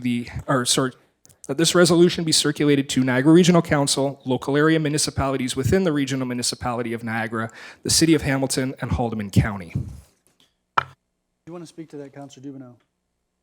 Yeah, I just briefly. I'm pleased that the MPCA seems to be moving in the direction of having a skills-based board, and I'm happy that Regional Council has appointed those members. I think the biggest concern for me at this point is that locally here at the town, we didn't have any sort of a formal policy. We were, we're a progressive town. We, certainly we want to, that's always been a concern here. And so we went ahead and sought out a citizen appointment, but we don't have any formal policies. And it's my understanding that other municipalities in the region are kind of still trying to work this out, as is the region itself. So with this motion here, it's pretty straightforward. It's just asking staff to determine, to create a report about those policies. There's different methods of appointment. You can have citizen appointments. You can mayor or regional councillor, even local members of council. Waynfleet actually appointed one of their local recommended one of their local township councilors for the role. So it's just about creating those policies and asking the region to hopefully provide us with the skill matrix that everyone seems to be talking about, so that we can appoint that or include that in our policy, and that hopefully the region will create policies that respect the decisions we make here at a local level. So from a logistical perspective, until staff receives the skill set information from the region, can't really complete the report to us, can they? It's a request to be considered. The intent of this is for if regional council, to use a phrase, can't get their act together and aren't willing or unable to actually provide that matrix, I still believe the onus should be on us at the local area level to do that. And when you go onto the Niagara Peninsula Conservation Authority website and you look at the listing of the members there, so you have 12 members that are appointed by Niagara Regional Council, but on their website, they list them as the individual municipalities. So if you go to the website now, they haven't updated it yet, but it says Tom and Cinna, Fort Erie. It doesn't say Tom and Cinna, Region of Niagara. So I think we have that responsibility if these representatives are representing the local municipalities and we have an individual who represents Fort Erie. I think regardless of what the region does, we still have a duty to create those policies to ensure that we have a transparent document available that everyone can look at that says these are the qualifications we're looking for, this is the method of recruitment, this is how we make a recommendation to council. So I would like regional council to provide it, but quite honestly, I don't think it's necessary. Councillor Noyes. Thank you, Mayor Riddicup. I'm just trying to recall what it actually says in our board and committee appointments and stuff. If I'm not mistaken, and I could be, is that wasn't there already a description, maybe not as detailed as Councillor Dubineau was looking for in regards to the skill set for people who we should appoint to this? Like, I mean, it talks, I think, a little bit about the environment, you're describing the volunteer, like what you're volunteering for. You should have, experience in A, B, and C. If I'm not mistaken, that's there under there. I have no problem with nailing down a skill set required to do this job. However, as we all know, boards and committees, we might get one wonderful applicant and 3 not so wonderful applicants, and we may choose one of the 3 not so wonderful applicants. That's how appointments to boards and committees occurs. My only concern is a little bit of far-reaching in regards to how far this is going in regards to other municipalities in Hamilton and everything else, that they should follow our lead when we're not quite in the leadership role. Well, we are for the first one and the only one that's doing it. And so I think what Councillor Dubineau is trying to do is get some momentum. I spoke to the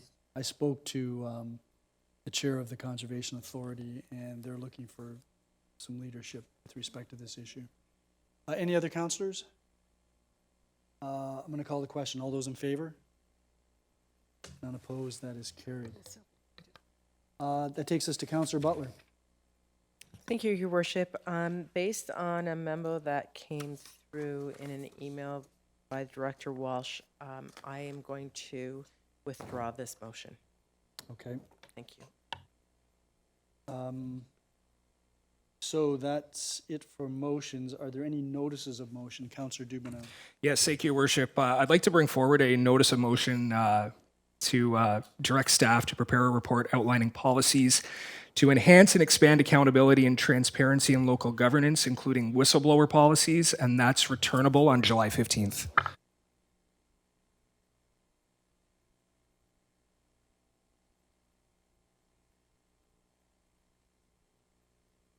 Any other notices of motion?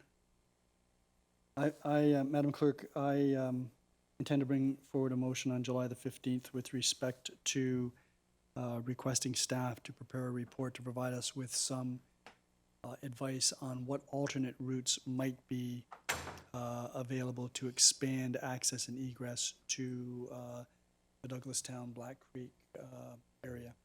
It seems to me that it's untenable that we would have 2 points only of access. We're approving new subdivisions, one of which is going to be reliant upon one of those, and we've got a situation that I think needs to be looked into, and if we can get a report, we may be able to find out what the cost might be for next year's budget. So that's my. I'll put something more articulate together, Madam Clerk, so that it's not rambling. Okay, that takes us to reports then. And Councillor Butler, you have a resolution. Wait a second. Mover and seconder not required. This was previously moved by Councillor Butler. And we're in committee. So this matter with respect to the Economic Development and Tourism Corporation governance and service delivery is on the floor for any questions or comments.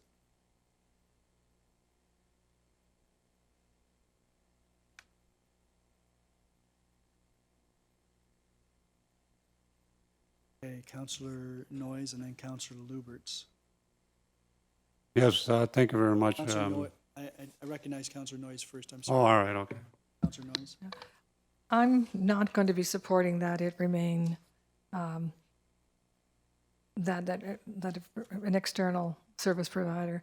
In reviewing the strategy corp thing, they've given the point system.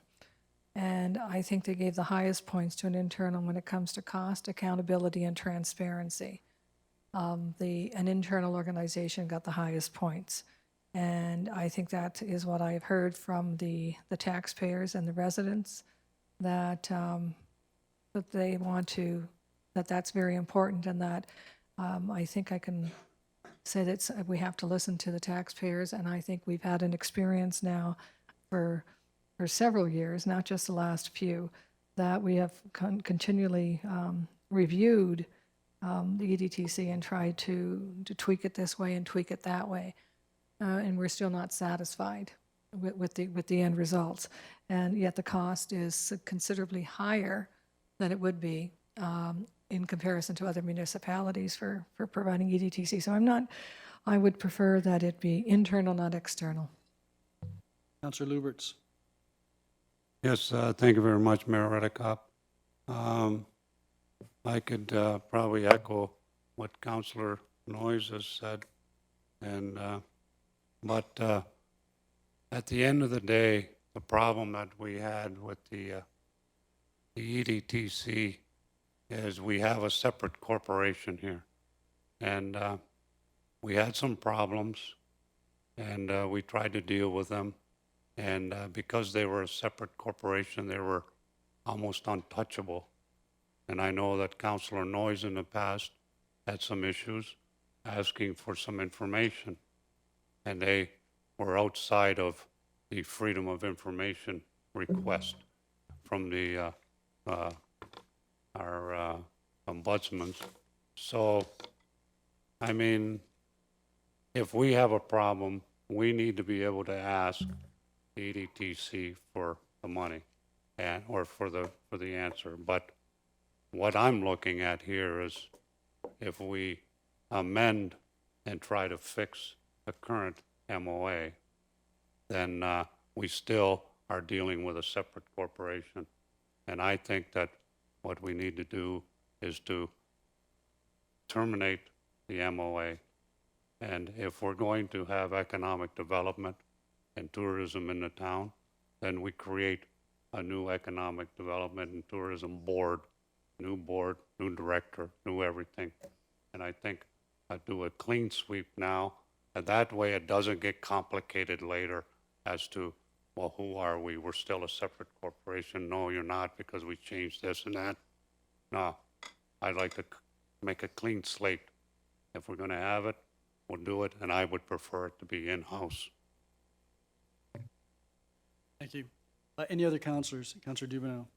Yes, thank you, Your Worship. I'm wondering if, just because of the concerns brought up by Councillor Noyes and Councillor Luberts, and certainly if we're going to be entering a negotiation, that the final item is that if we can't reach an agreement, assuming we both act in good faith to negotiate an agreement, that this doesn't work out. It's directing essentially to bring this into town hall. I'm wondering if it might be appropriate to amend the report so that in addition to proceeding with the negotiation of a new MOA, that we also have staff look into what it would actually cost and the logistics of bringing this in-house, so that we have a good idea of what we'd be getting into if things don't work out the way we want.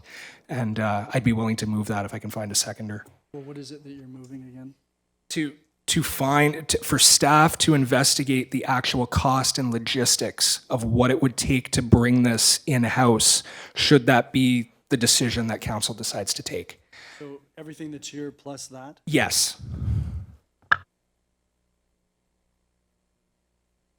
So you've moved an amendment. You're somewhat getting ahead of yourself, I think. Because if If the MOA is negotiated, no problem. If it's not negotiated, we don't have a choice. I mean, this resolution is clear. If we can't negotiate an agreement, then we'd continue to terminate it. So we've already, I mean, this would be addressing that. And I get that, and I appreciate it. I think, Well, you've put it on the floor. Is Yep, there, is there a seconder? Councilor Dubineau has amended to ask staff to do a report about the logistics of the cost in bringing this in-house if the negotiations for the MOA fail. Point of order, Mayor Redekop. Just hold on. Okay, just to clarify, I paraphrased, maybe that was wrong. Go ahead. no, and I appreciate that.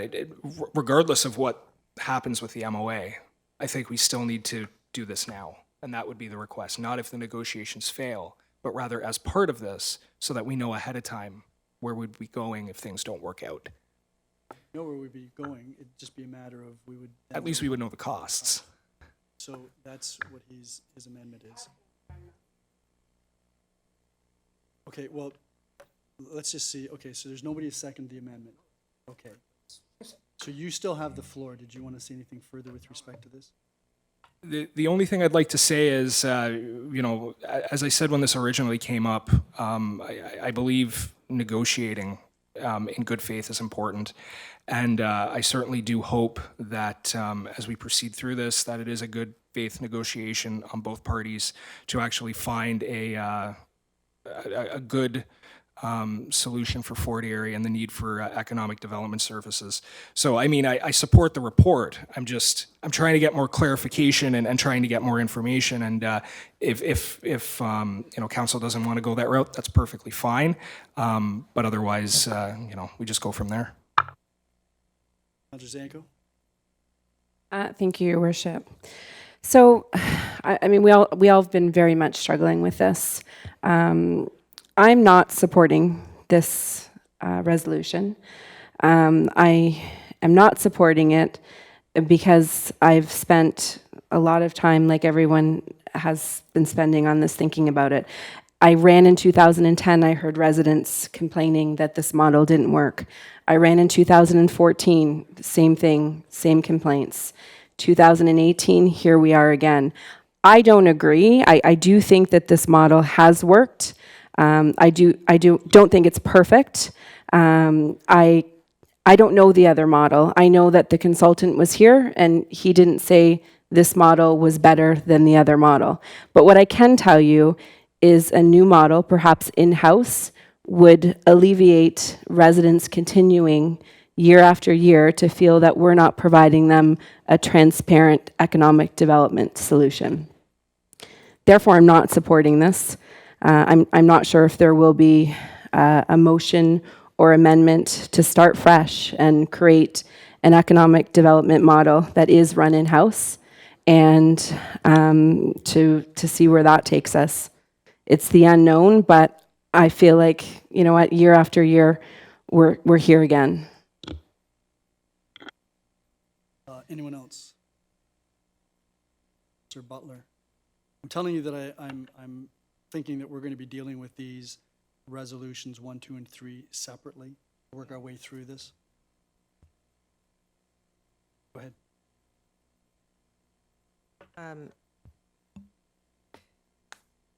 So I'm wondering if we can add a fourth that to this, and that's so that we can rip the Band-Aid off and make a motion to bring it in-house. So Don't know if we can do that or not. No, what I think what we need to do is we need to deal with these items. So the first one is to receive the report.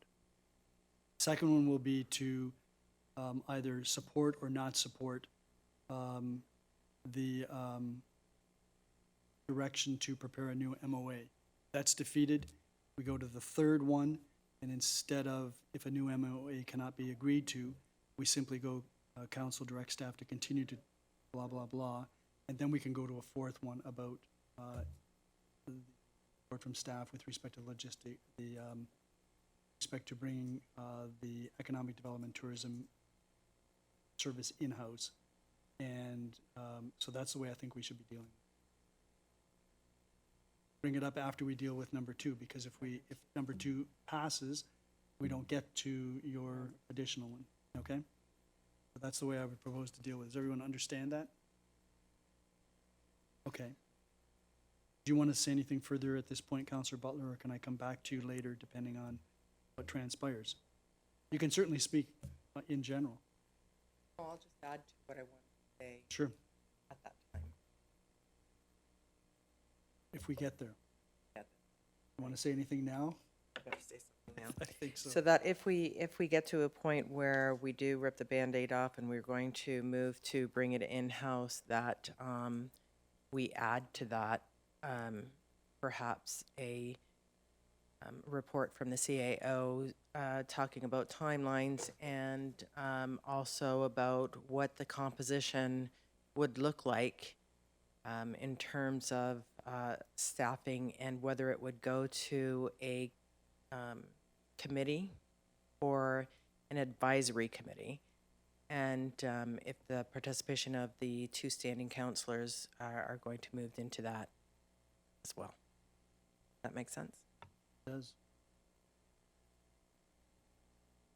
Anyone else before we start? Councillor McDermott. Well, number one, I do want to comment on this a bit because of the fact that I have sat on the board for the past 4 years, plus I've been working with the EDTC on many other issues up to and including the track. I, unlike some councillors around here, do believe that there is merit in the Economic Development Corporation, and I think the historical context tells you that's the case. There's lots of achievement there, but because we're blinded by certain personalities, we can't see that. Now, I personally agree with Councillor Butler, Councillor Zanko, that we need a clear slate for the new general manager to move forward with.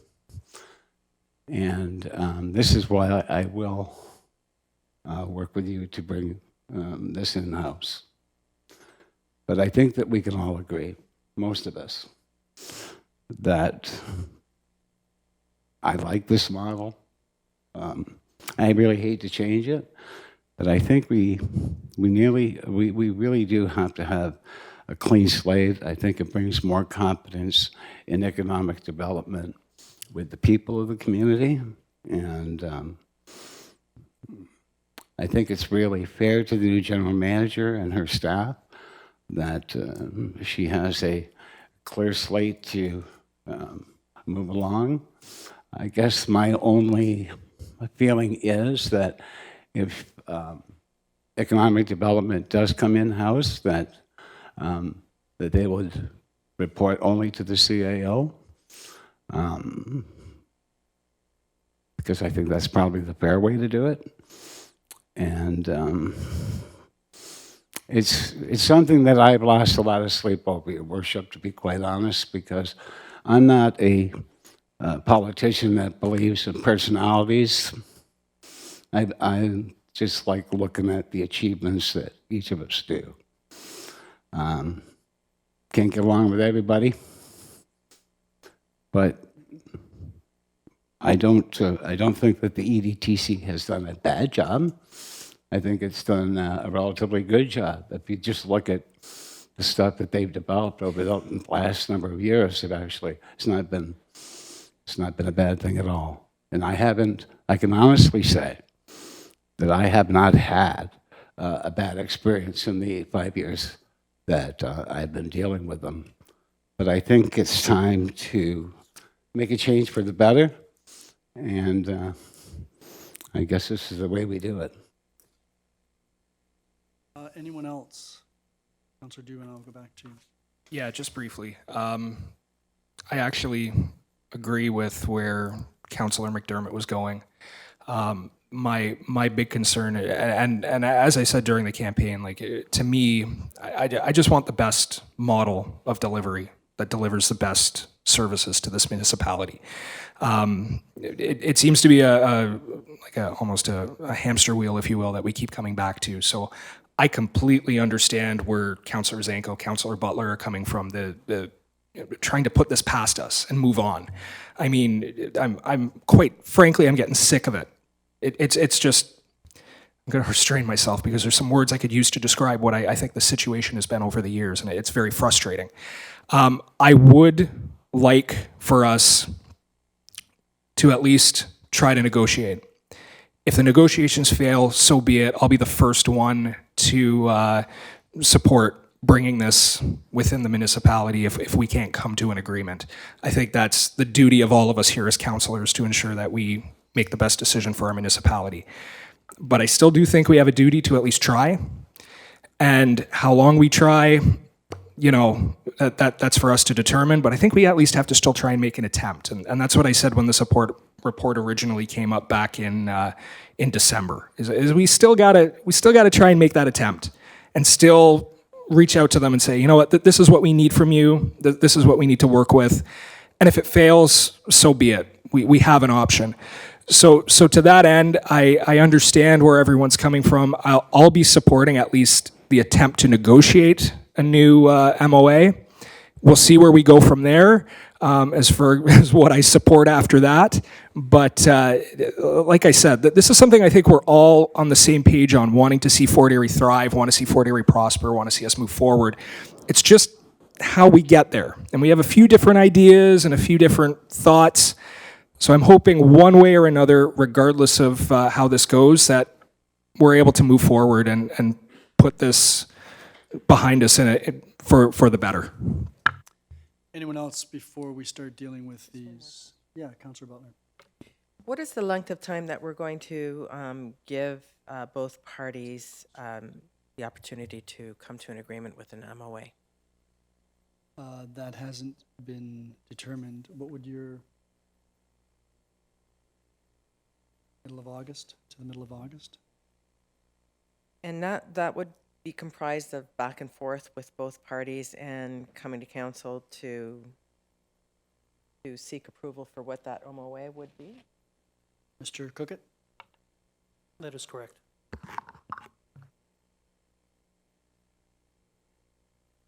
Further? Councillor Noyes. The way I'm understanding this is that if we decide to go internal, which I think I hear from around the horseshoe here, that seems like that may be the direction. We don't need to work on a memorandum of agreement. So what we need to work on is next steps in regards to how do you bring it in internally, do it internal and do it. Am I correct on that? So Right. So okay. just to look at the resolutions that are before us, we're going to deal with number one, which is to receive the report that we received. We're then going to go to number two. Number two will determine whether we go to number three as it's set out, or whether it's number three with a modification.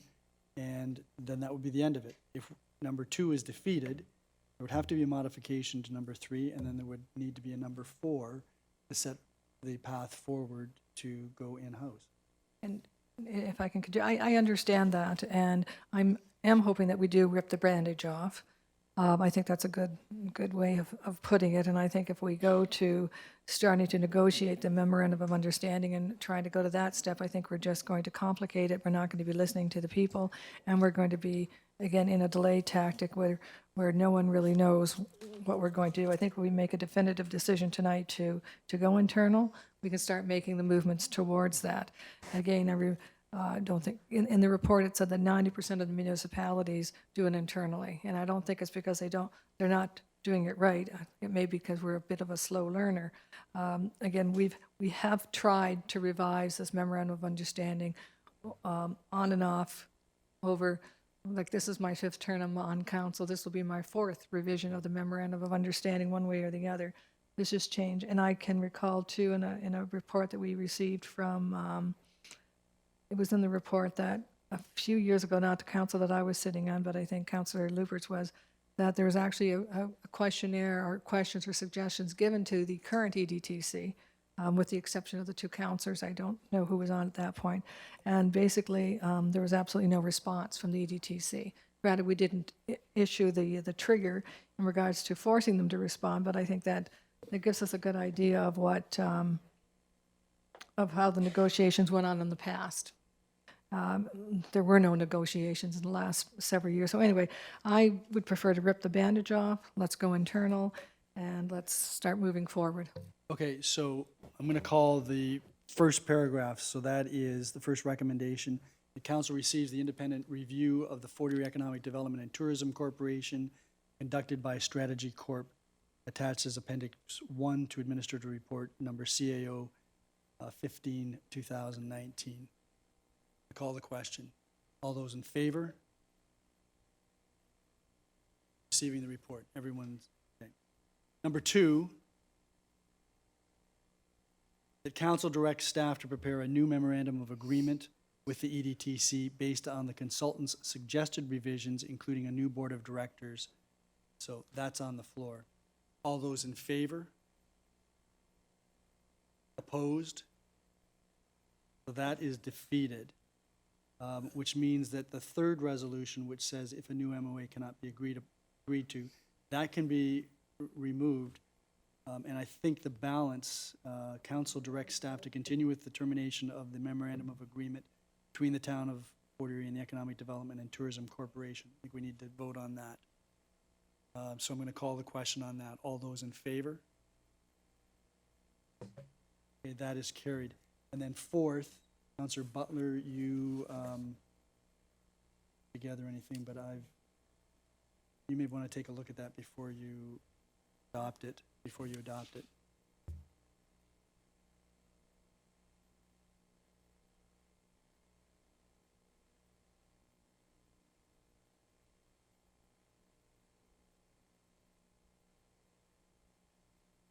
Okay. Councillor Butler, you wanted to add an amendment to the recommendation? Yes, thank you, Your Worship. That council directs the CAO to provide a report to council with respect to the steps necessary to bring the Economic Development and Tourism Service in-house and the advisability of appointing an advisory committee for economic development and tourism and the makeup of such a committee. Seconder for that, Councillor Zanko. Are there any questions or comments with respect to that, which is giving staff direction to provide us with information? Councillor Luberts. Now, what exactly is the CAO going to be providing us? Basically, the makeup of the information with respect to what steps are necessary to bring economic development in-house, so that there would be things such as the winding up of the EDTC, what we're going to do about space, what we're going to do about employees, who the reporting mechanism will be with respect to the employees that we would have, those types of things, and then a committee and what the makeup of a committee should be. Well, I don't understand why we are going to be dealing with how the EDTC is going to unwind. The EDTC is a separate corporation. So there are aspects of their winding up that affect us. Number one, what do we do with the employees? Are we interested in hiring the employees? And if so, one of them, two of them, what will their terms of employment be? Where will they be located? Who will they report to? Where do they fit into the municipal infrastructure in terms of committees, et cetera? So there are a number of things that we need to address, and the CAO can provide us advice on that. I'm advised by Mr. Lustig, the lawyer, that he did this once in Niagara Falls when he was a CAO there. So we've got some information and we've got some knowledge with respect to the process, but we need to know what the steps are. Yeah, but if we're going to be asking, what are we going to be doing with the employees, right? That's not our responsibility, but our responsibility is to have somebody man the positions that will be necessary if we're going to bring this in-house. Yes, but that has nothing to do with the employees of the EDTC, Well, it right? may be if we decide we would like to hire them.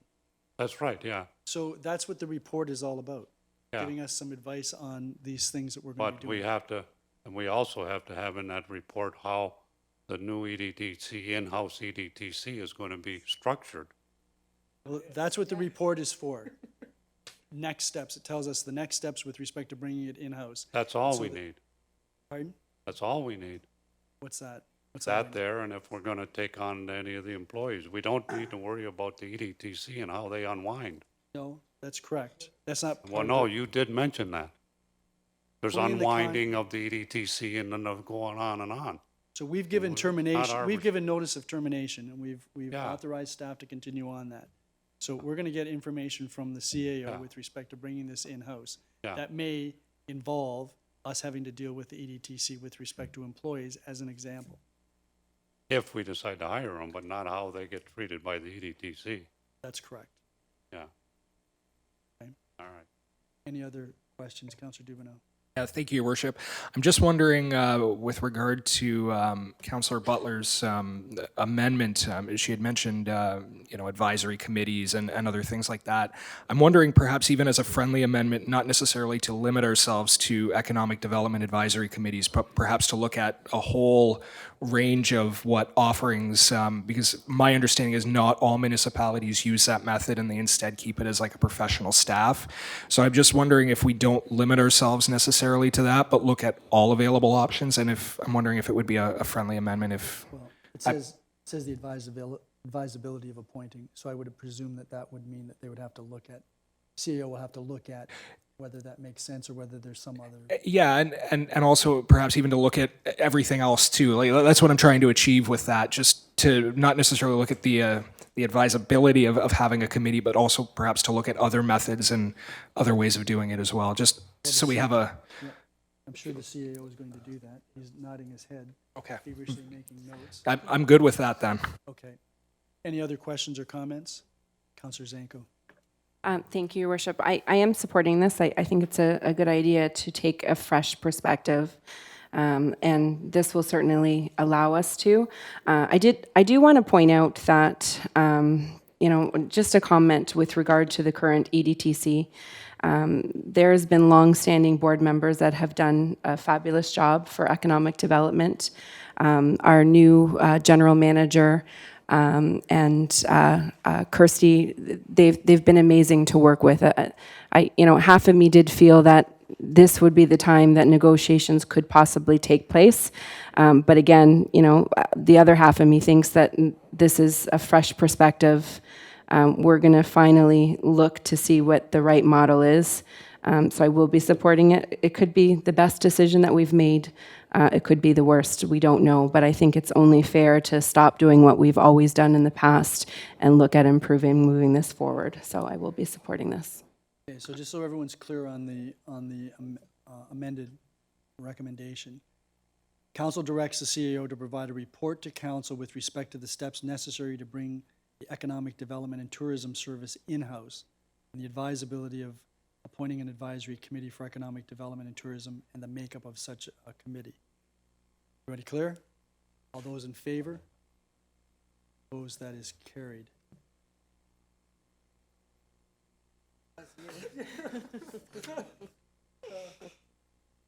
Okay.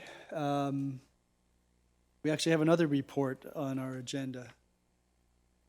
Councilor McDermott, you have the next resolution, which relates to funding requests for Dr. Freilich. Thank you, Worship. Moved by myself, seconded by Councilor Zanko, that council approve the request in the amount of $35,000 as a position recruitment incentive for Dr. Joe Freilich, who will begin his practice with Niagara South Family Medicine during the summer of 2019, and further, the council amends the 2019 operating budget to provide grant funding to Dr. Joe Freilich in the amount of $35,000 with funding from the General Levy Rate Stabilization Reserve. Are there any questions or comments? And I know that Joanne Ferriccioli is here. Councilor Noyes. Thank you, Mayor Reddecup. And again, I'm going to be talking on this, but it's going to have overflow into another report coming down. I'm wondering if the general public, I've had several phone calls about the council providing dollars for setting up the clinic and purchasing equipment and things like that. And talking to the individuals, it became clear to me that they don't know this has been a long-standing practice, and that other municipalities do that, and that it's an incentive, and we're competing with other municipalities to get the docs, to make sure that the people in our town are well-served.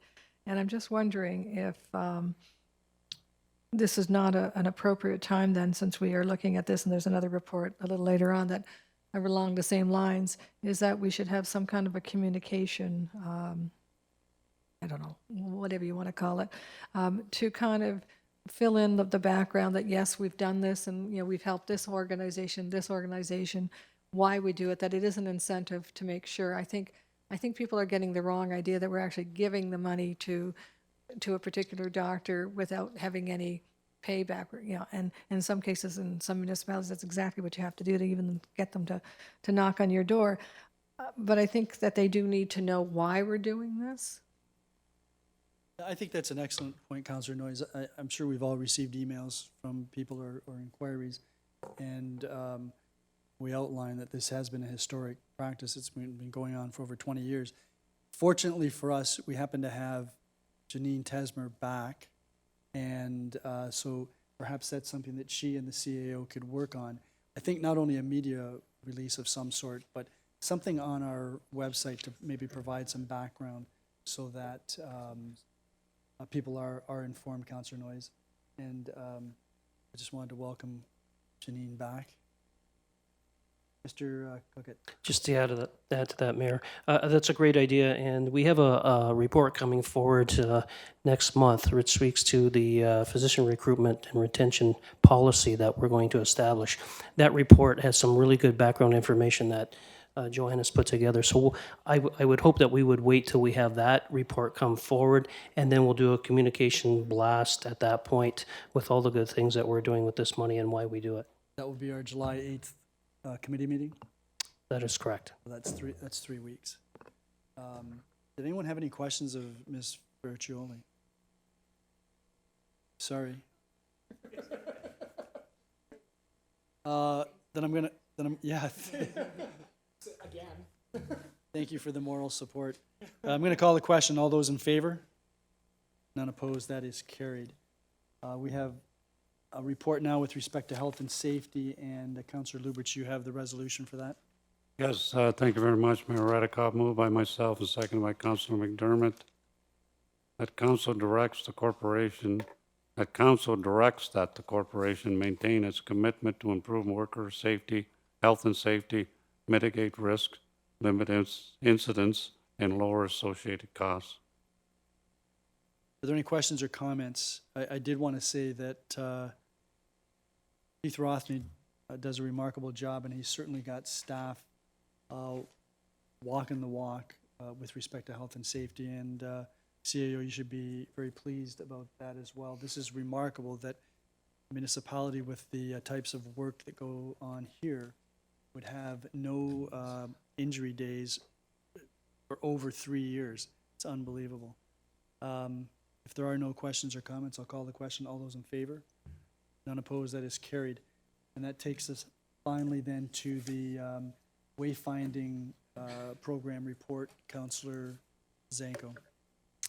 Yes, thank you. Moved by myself, seconded by Councillor McDermott, that Council approves the coordinated wayfinding program developed and submitted by Kramer Design Associates, and further, that Council directs staff to begin implementation of the program as recommended by Kramer Design Associates, and further, that staff are directed to submit a capital budget request for the 2020 and 2021 budgets to complete the program, and further, that staff are directed to submit a request for $20,000 to add to the Wayfinding Implementation Reserve Fund annually, and $10,000 to the operation budget for maintenance. Can you amend that? I did, but I didn't know whether it needed to be on the floor first. You can put it on the floor and you can amend it. Okay. I would like to make an amendment to include additional signage discussed this evening. So just for clarity, you were talking about, I think, icons for specific areas or districts. So I was thinking that what you might want to do, I don't want to put words in your mouth, but after where the second paragraph before and further, so the words associates, but maybe something like modified to include icons for additional areas / districts. And then we can either specify them or leave them to staff, maybe talk to staff about that. Those would be very good words. Madam Clerk, did you get that? Okay, so we're gonna let staff, okay, that's fine. We'll read it out. Yes. So the second recommendation would be, if amended, that council direct staff to begin implementation of the program as recommended by Kramer Design Associates, modified to include icons for additional areas / districts. That's something that we can speak to staff about. So that amendment, do you have a seconder for that? Councillor Dubenel? Any questions on the amendment? Okay, all in favor of the amendment? Okay, that is carried. So the amended resolution, recommendations are on the floor. Councillor Noyes, and then Councillor Dubenel. Thank you, Mayor Riddick. And I'm just wondering, what exactly are we agreeing to tonight in regards to the icons? Like I read the report and I've seen that. And I'm not, I think some of the icons are too busy for main highways, like the 406 or the Queenie. I think I brought it up when he was up there. I think they're too busy. I'm not an expert on this. I have no problem on their slower roads, but on the busy roads, I think they're, I don't think anybody's going to read them. I don't think anybody's going to even know what it is when they're driving by. But the other thought that I had, that reading that he doesn't like, there's a, not he, but in the report, they weren't supportive of the current signs in Crystal Beach. Personally, I really like the sign that's in Crystal Beach. I think it's very well done. I think it says exactly what we want it to say, and I would prefer to keep that icon as opposed to somebody like a beach chair and an umbrella sitting by the water. And I know that we have another sign just outside on number 3 highway, I think on Ott Road. Anyway, I pass it often. And that's a nice sign directing people to the beach and things like that. I don't see anything wrong with those 2 signs. Well, it's my understanding that the BIAs were involved in this, and so BIAs would also have been involved in the sign at Crystal Beach, the entry point. So if the BIAs have given their stamp of approval to these, apparently they're agreeable to what they look like. At least that's my understanding. Mr. Walsh, is that accurate? So they're in favor of taking down the sign that they have now. the recommendation in the report was that sign, the entrance sign into Crystal Beach, would be consistent with the remaining signage that is being recommended in this report. And apparently the BIAs are supportive of that. So okay, just wanting to clarify. So that means that sign comes down, because it's not the same sign as the icon. But the feeling I got that he wanted to somehow create one picture, different sizes, different places, but one icon that we could all identify with that one icon, that the signs that we currently have in place now that depict these different areas would be not immediately removed, but they would be replaced with the version of the icon that they've suggested. Mr. Walsh, maybe you could provide some advice as to how you see this being rolled out, and perhaps respond to the question raised by Councillor Noyes. Thank you, Mr. Mayor. The first phase of the rollout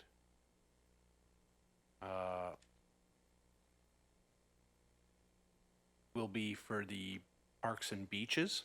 That's what we have in the budget for right now. We can accommodate that. The 2020 program next year, if budget recommendations go through, would be directional signage to our BIAs and such.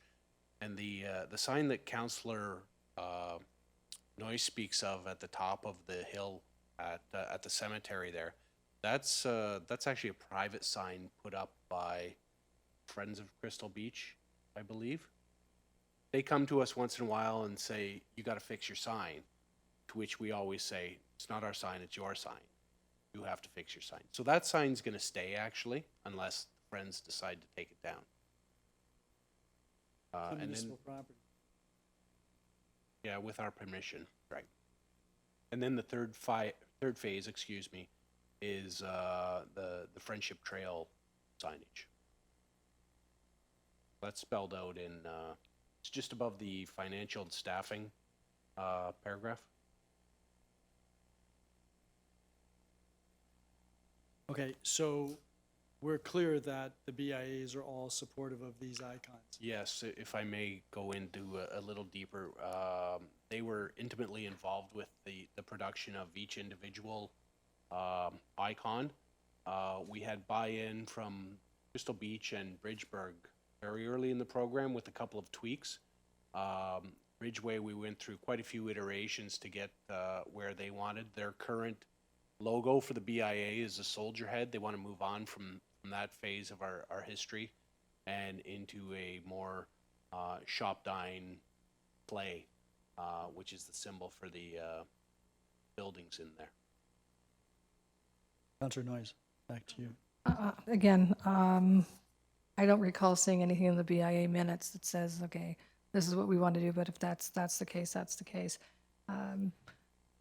Again, it's a lot of money to be spending. I think at the end of it, $350,000. I'm ballparking it there. Is a lot of money to be spending on wayfinding. But again, we've already spent, I think, $50,000 for just this report, didn't we? Isn't that what the report costed? Yeah. Yeah. So it's kind of too late to kind of start turning back on that. That's about it. Councillor Dubineau. Yeah, thank you, Your Worship. I'm fully in support of this. I'm actually kind of excited because this has been something that's been talked about off and on for many, many years over many terms of council. And I think it's long overdue that we have a comprehensive wayfinding system and policy for town. I know St. Catharines actually a couple of years ago, they did some comprehensive wayfinding, and I think it's great. If you're in an area and you don't know where something is and you don't happen to have a specific item you're looking for on a GPS or a phone, it's really nice to be able to look up in a sign and know in your neighborhood and, oh, this is here and this is here. It kind of piques your interest. And with the tourism and the people we have coming to our community, it might maybe encourage them to explore and maybe visit some of the areas that they wouldn't have thought to, necessarily type into Google or look up on their phone.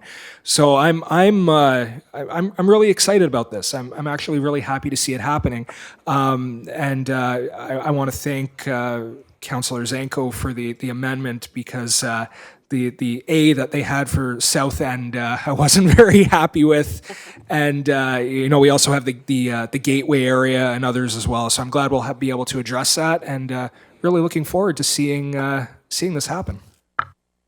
Before I go back to you, Councillor Noyes, is there any other councillor that wishes to address? Councillor McDermott. I can't tell you how happy I am with this because, let me see. I go back to Sandy Annunziata was running for Ward 1 councillor. I was at a BIA meeting, and they were talking about how this is going to be done in such a short time frame. Well, I think it's probably at least 10 years, 12 years, maybe even more. And I know that the business community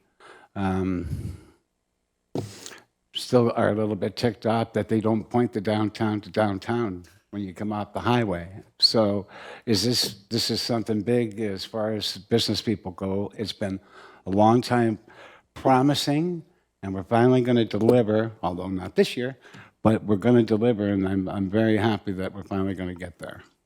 We're going to be starting this year, and Councillor McDermott, you are very restrained for somebody who's wildly happy. If no one else, I'll go back to you, Councillor Noyes. I just want to go on record that the one icon for the trail with the handlebars in front of the trail, I think is awful. I would take the handlebars off, but I just want to go on record saying I do not think that's a very good icon. Which one? The trail, the Friendship Trail with the handlebars. All right. Okay, I need a motion to extend the time till 10:30. Councillor Butler, seconded by Councillor Dubineau. All those in favor? Yeah. It's too late. You've already. One of you would now have to move to reconsider that. Okay, so I'm going to call the question then with respect to the recommendations as amended regarding the wayfinding program. All those in favor? Unopposed, that is carried. We have a closed session. Counselor Noyes, you have the resolution to go into closed session.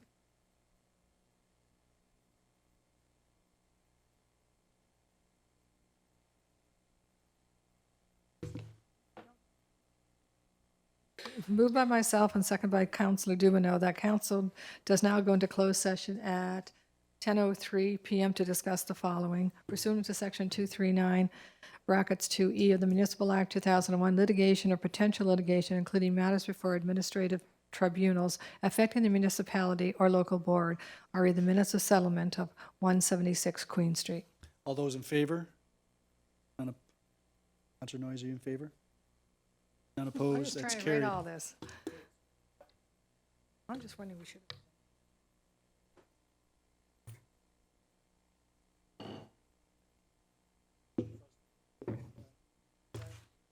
Yes, I do. Thank you. Moved by myself, seconded by Councillor McDermott, that council now does rise and reconvene from closed session at 10:12 p.m.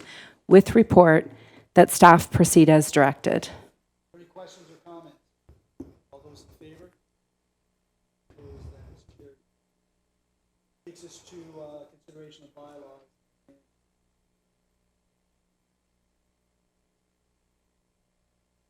Yeah, there is. I have it.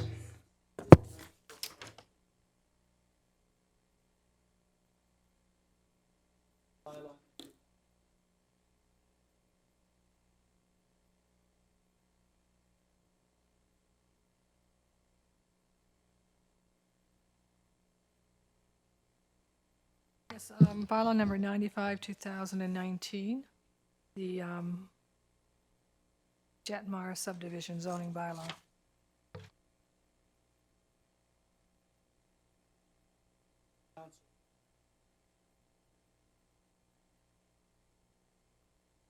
Yes, thank you. Moved by myself, seconded by Councillor McDermott, that bylaw package containing 83-2019 to authorize entry into a grant funding agreement for physician recruitment and replacing of aging ophthalmology equipment with Dr. Patricia Teal. 84-2019 to accept and declare lands as public highway on the south side of Nye Road, 2651 Nye Road, Joseph and Susan Pissarro. 85-2019 to accept and declare lands as public highway forming part of Matthews Road South, 366 Matthews Road South, Galissa Kolpak. 86-2019 to accept and declare lands as public highway forming part of Switch Road, 3457 Switch Road, Edward Kwarchuk. 87-2019 to authorize the entry into a lease agreement with the Regional Municipality of Niagara, part of Bridge Street Road Allowance. 88-2019 to amend Council Rules of Procedure Bylaw 36-2016. 89-2019 to authorize entry into a grant funding agreement for physician recruitment and clinic renovations and upgrades with Fort Erie Group Family Practice, Dr. Shinati. 90-2019 to authorize the entry into a mutual assistance agreement with participating area municipalities and the Regional Municipality of Niagara for the provision of necessary services during an emergency. 92-2019 to provide for a maintenance of property and land within the town of Fort Erie and repeal bylaw number 165-08, the maintenance bylaw. 93-2019 to amend zoning bylaw 129-90, 63 Belfast Road South, Intriga Inc., Mike Stephen owner. 96-2019 to deem a certain registered part of subdivision not to be a registered part of subdivision, Grant William Walker and Luann Kim Walker, 0 Ridgeway Road. 97-2019 to accept and declare lands as public highway on the west side of Ridge Road, 869 Ridge Road North, Griselda Menge. 98-2019 to authorize the entry into a development agreement with Bruno Palmieri and Lucia Palmieri, 165 Beechwood Avenue, is given first and second reading. Or, sorry, 145 Beechwood. All those in favor? None opposed, that is carried. The bylaw package is on the floor as amended for discussion or comment. Councillor Noyes. Thank you, Mayor Redekop. Just wanted to comment on 83, 2019, in regards to the funding application for the ophthalmology equipment. And I did have a chance to talk to Joanne a little bit about it, because when I read this and it says 2/3 of any resale amounts may be payable. In other words, if they sell the equipment, the town gets 2/3, and it wasn't clear to me the way this report is written. But the reason we're only getting 2/3 is because Dr. Teal is putting up 1/3 of the initial purchase price. So I just want to make sure that the public understands that Dr. Teal is putting in 1/3 of the price of the equipment. Any other questions or comments? If none, then Councillor Butler, can I go to you for third and final reading for the amended bylaw package, please? Yes, thank you, Your Worship. Moved by myself and Councillor Noyes that bylaws 83-2019, 84-2019, 85-2019, 86-2019, 87-2019, 88-2019, 89-2019, 90-2019, 92-2019, 93-2019, 96-2019, 97-2019, and 98-2019 are given third and final reading to be signed by the mayor and clerk under the corporate seal. Any questions or comments? All those in favor? None opposed, that is carried. So Councillor Zanko, would you please provide first and second reading for bylaw number 94? Moved by myself, seconded by Councillor McDermott, that bylaw package containing 94-2019 to amend zoning bylaw 129-90, parts of lot 8 and 9, lots of the north side of Louisa Street, Plan 990-992, William Hecop, Upper Canada Consultants Agent, Ashton Homes Western Limited are the owners, are given first and second reading. All those in favor? Opposed, that is carried. That bylaw is on the floor for any questions or comments. There being none, Councillor Butler, would you proceed with third and final reading, please? Yes, thank you, Your Worship. Moved by myself, seconded by Councillor Noyes that bylaw 94-2019 are given third and final reading to be signed by the mayor and clerk under the corporate seal. Are there any questions or comments? All those in favor? Unopposed, that is carried. So we'll go back to bylaw number 95. Councillor Zanko. Moved by myself, seconded by Councillor McDermott, that bylaw package containing 95-2019 to amend zoning bylaw number 129-90, lots 1 to 35 and 38 to 44 inclusive, registered plan M-65, Stephen Fraser, A.J. Clark and Associates agent, Dan Gabriel, Mars Homes, Crystal Beach, Inc. owners, are given first and second reading. All those in favor? Opposed? That is carried. That bylaw is on the floor if anyone wishes to comment. Councillor Noyes? The reason I'm opposed to it is again the 0.5 meter front porch setback from the property line. I think this much is not enough room, regardless of whether there may be a sidewalk or some town property before that. We're now down to this for a front porch setback from the property line. I think that's just too little. Councillor Butler, you have a third and final reading for this bylaw? You have a seconder? Oh, yeah, sorry. I was going to ask a question, but that's okay. Oh, I'm sorry, go ahead. No, that's all right. Yeah. Moved by myself, seconded by Councillor Noyes, Doubt if she's going to want to second that. Right. Sorry. Maybe Counselor Dubenow?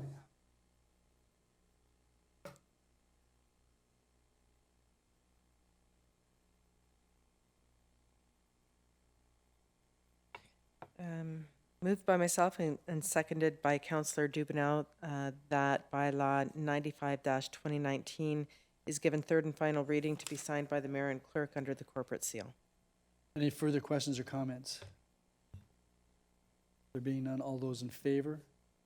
Opposed? That is carried. So Counselor Noyes, you have the first and second reading for the confirmatory bylaw.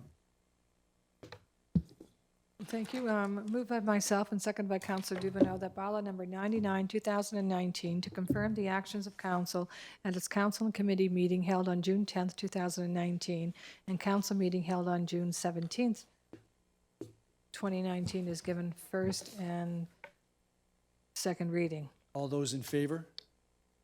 None opposed, that is carried. Counselor McDermott, you have third and final reading. Thank you, Your Worship. Moved by myself, seconded by Councilor Zanko, that bylaw number 99-2019 is given third and final reading to be signed by the mayor and the clerk under the corporate seal. Are there any questions or comments? All those in favor? None opposed, that is carried. That takes us to scheduling of meetings. Are there any meetings scheduled? Counselor Zanko. Yes, thank you, Your Worship. We have an EDTC board meeting tomorrow, which is Tuesday, June the 18th, being held at the EDTC office at 5 p.m. Counselor Dubenow. Thank you, Your Worship. I'm just pulling my calendar up here. I got to make sure I'm on the right date. There we go.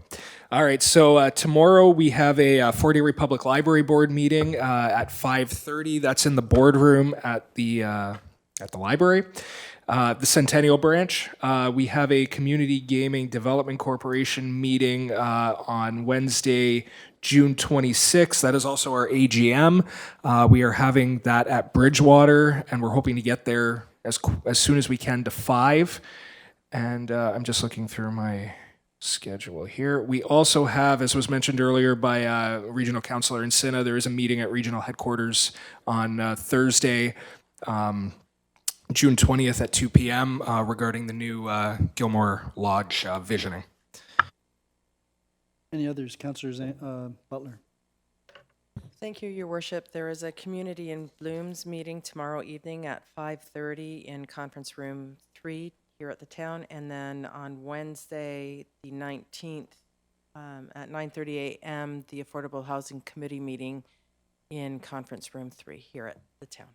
And that's at 9:30, right? Yes, 9:30. Okay, any other meetings? Counselor Noyes. Thank you, Mayor Redekop. There is an accessibility advisory committee meeting on Tuesday, the 25th at 5 p.m. And there's also the traffic coordinating committee meeting on Wednesday, June 26th, 12 p.m. No, I'm not going to be able to attend that, so I don't know if there's an alternate. Okay, I'm not sure, but we'll find out. The Maybe I'll. The 26th at noon, the traffic coordinating. Yeah, I'm not available at noon on that date. But you'll look into it, Madam Clerk? And the other thing is that there is on June 27th, there is at the community hall, if we can get into it, there's a community meeting about the River Trail development behind River Trail. This will be our third meeting with the public, giving them an update. Is the developer there at those meetings? In this case, yes, I understand that the developer will be there. I talked to him today. I understand staff will not be present for this meeting. And that's June the what? June 27th at 6:30, if I'm not mistaken, is the time. And it'll be at the Black Creek Community Center. I have asked someone to tentatively call the church that's around the corner to see if, for whatever reason, we can't get into the community center, that we could use the hall. I'm not sure whether there's been any follow-up with that. But hopefully we can get into the center and it will be business as usual. Well, if it's 6:30, my understanding is that the road should be open. So maybe we could let Mr. Murata know about that. Okay, June the 27th is also the graduation this year for the Greater Fort Erie Secondary School. That's at 6 o'clock. But next Monday, June the 24th, is a meeting of the YMCA Task Force here at the Town Hall at 5 o'clock. Any other meetings? Lakeshore graduation the 25th, and that's at 6 as well, probably. Cool. Okay. Worship? Your worship? I just wanted to say that Counselor Butler is the alternate for TCC. So she's Wednesday at noon, 26th at noon. I'll give you a chance to chat up. You can speak about the John Brandt issues. So that takes us then to my favorite resolution. And who has it this week? Me. Counselor Zanko. Thank you. Moved by myself, seconded by Councillor McDermott, that council adjourns at 10:27 p.m. to reconvene into regular meeting of council on July 15th, 2019. All those in favor? That is unanimous. Thank you, folks. You did a good job tonight.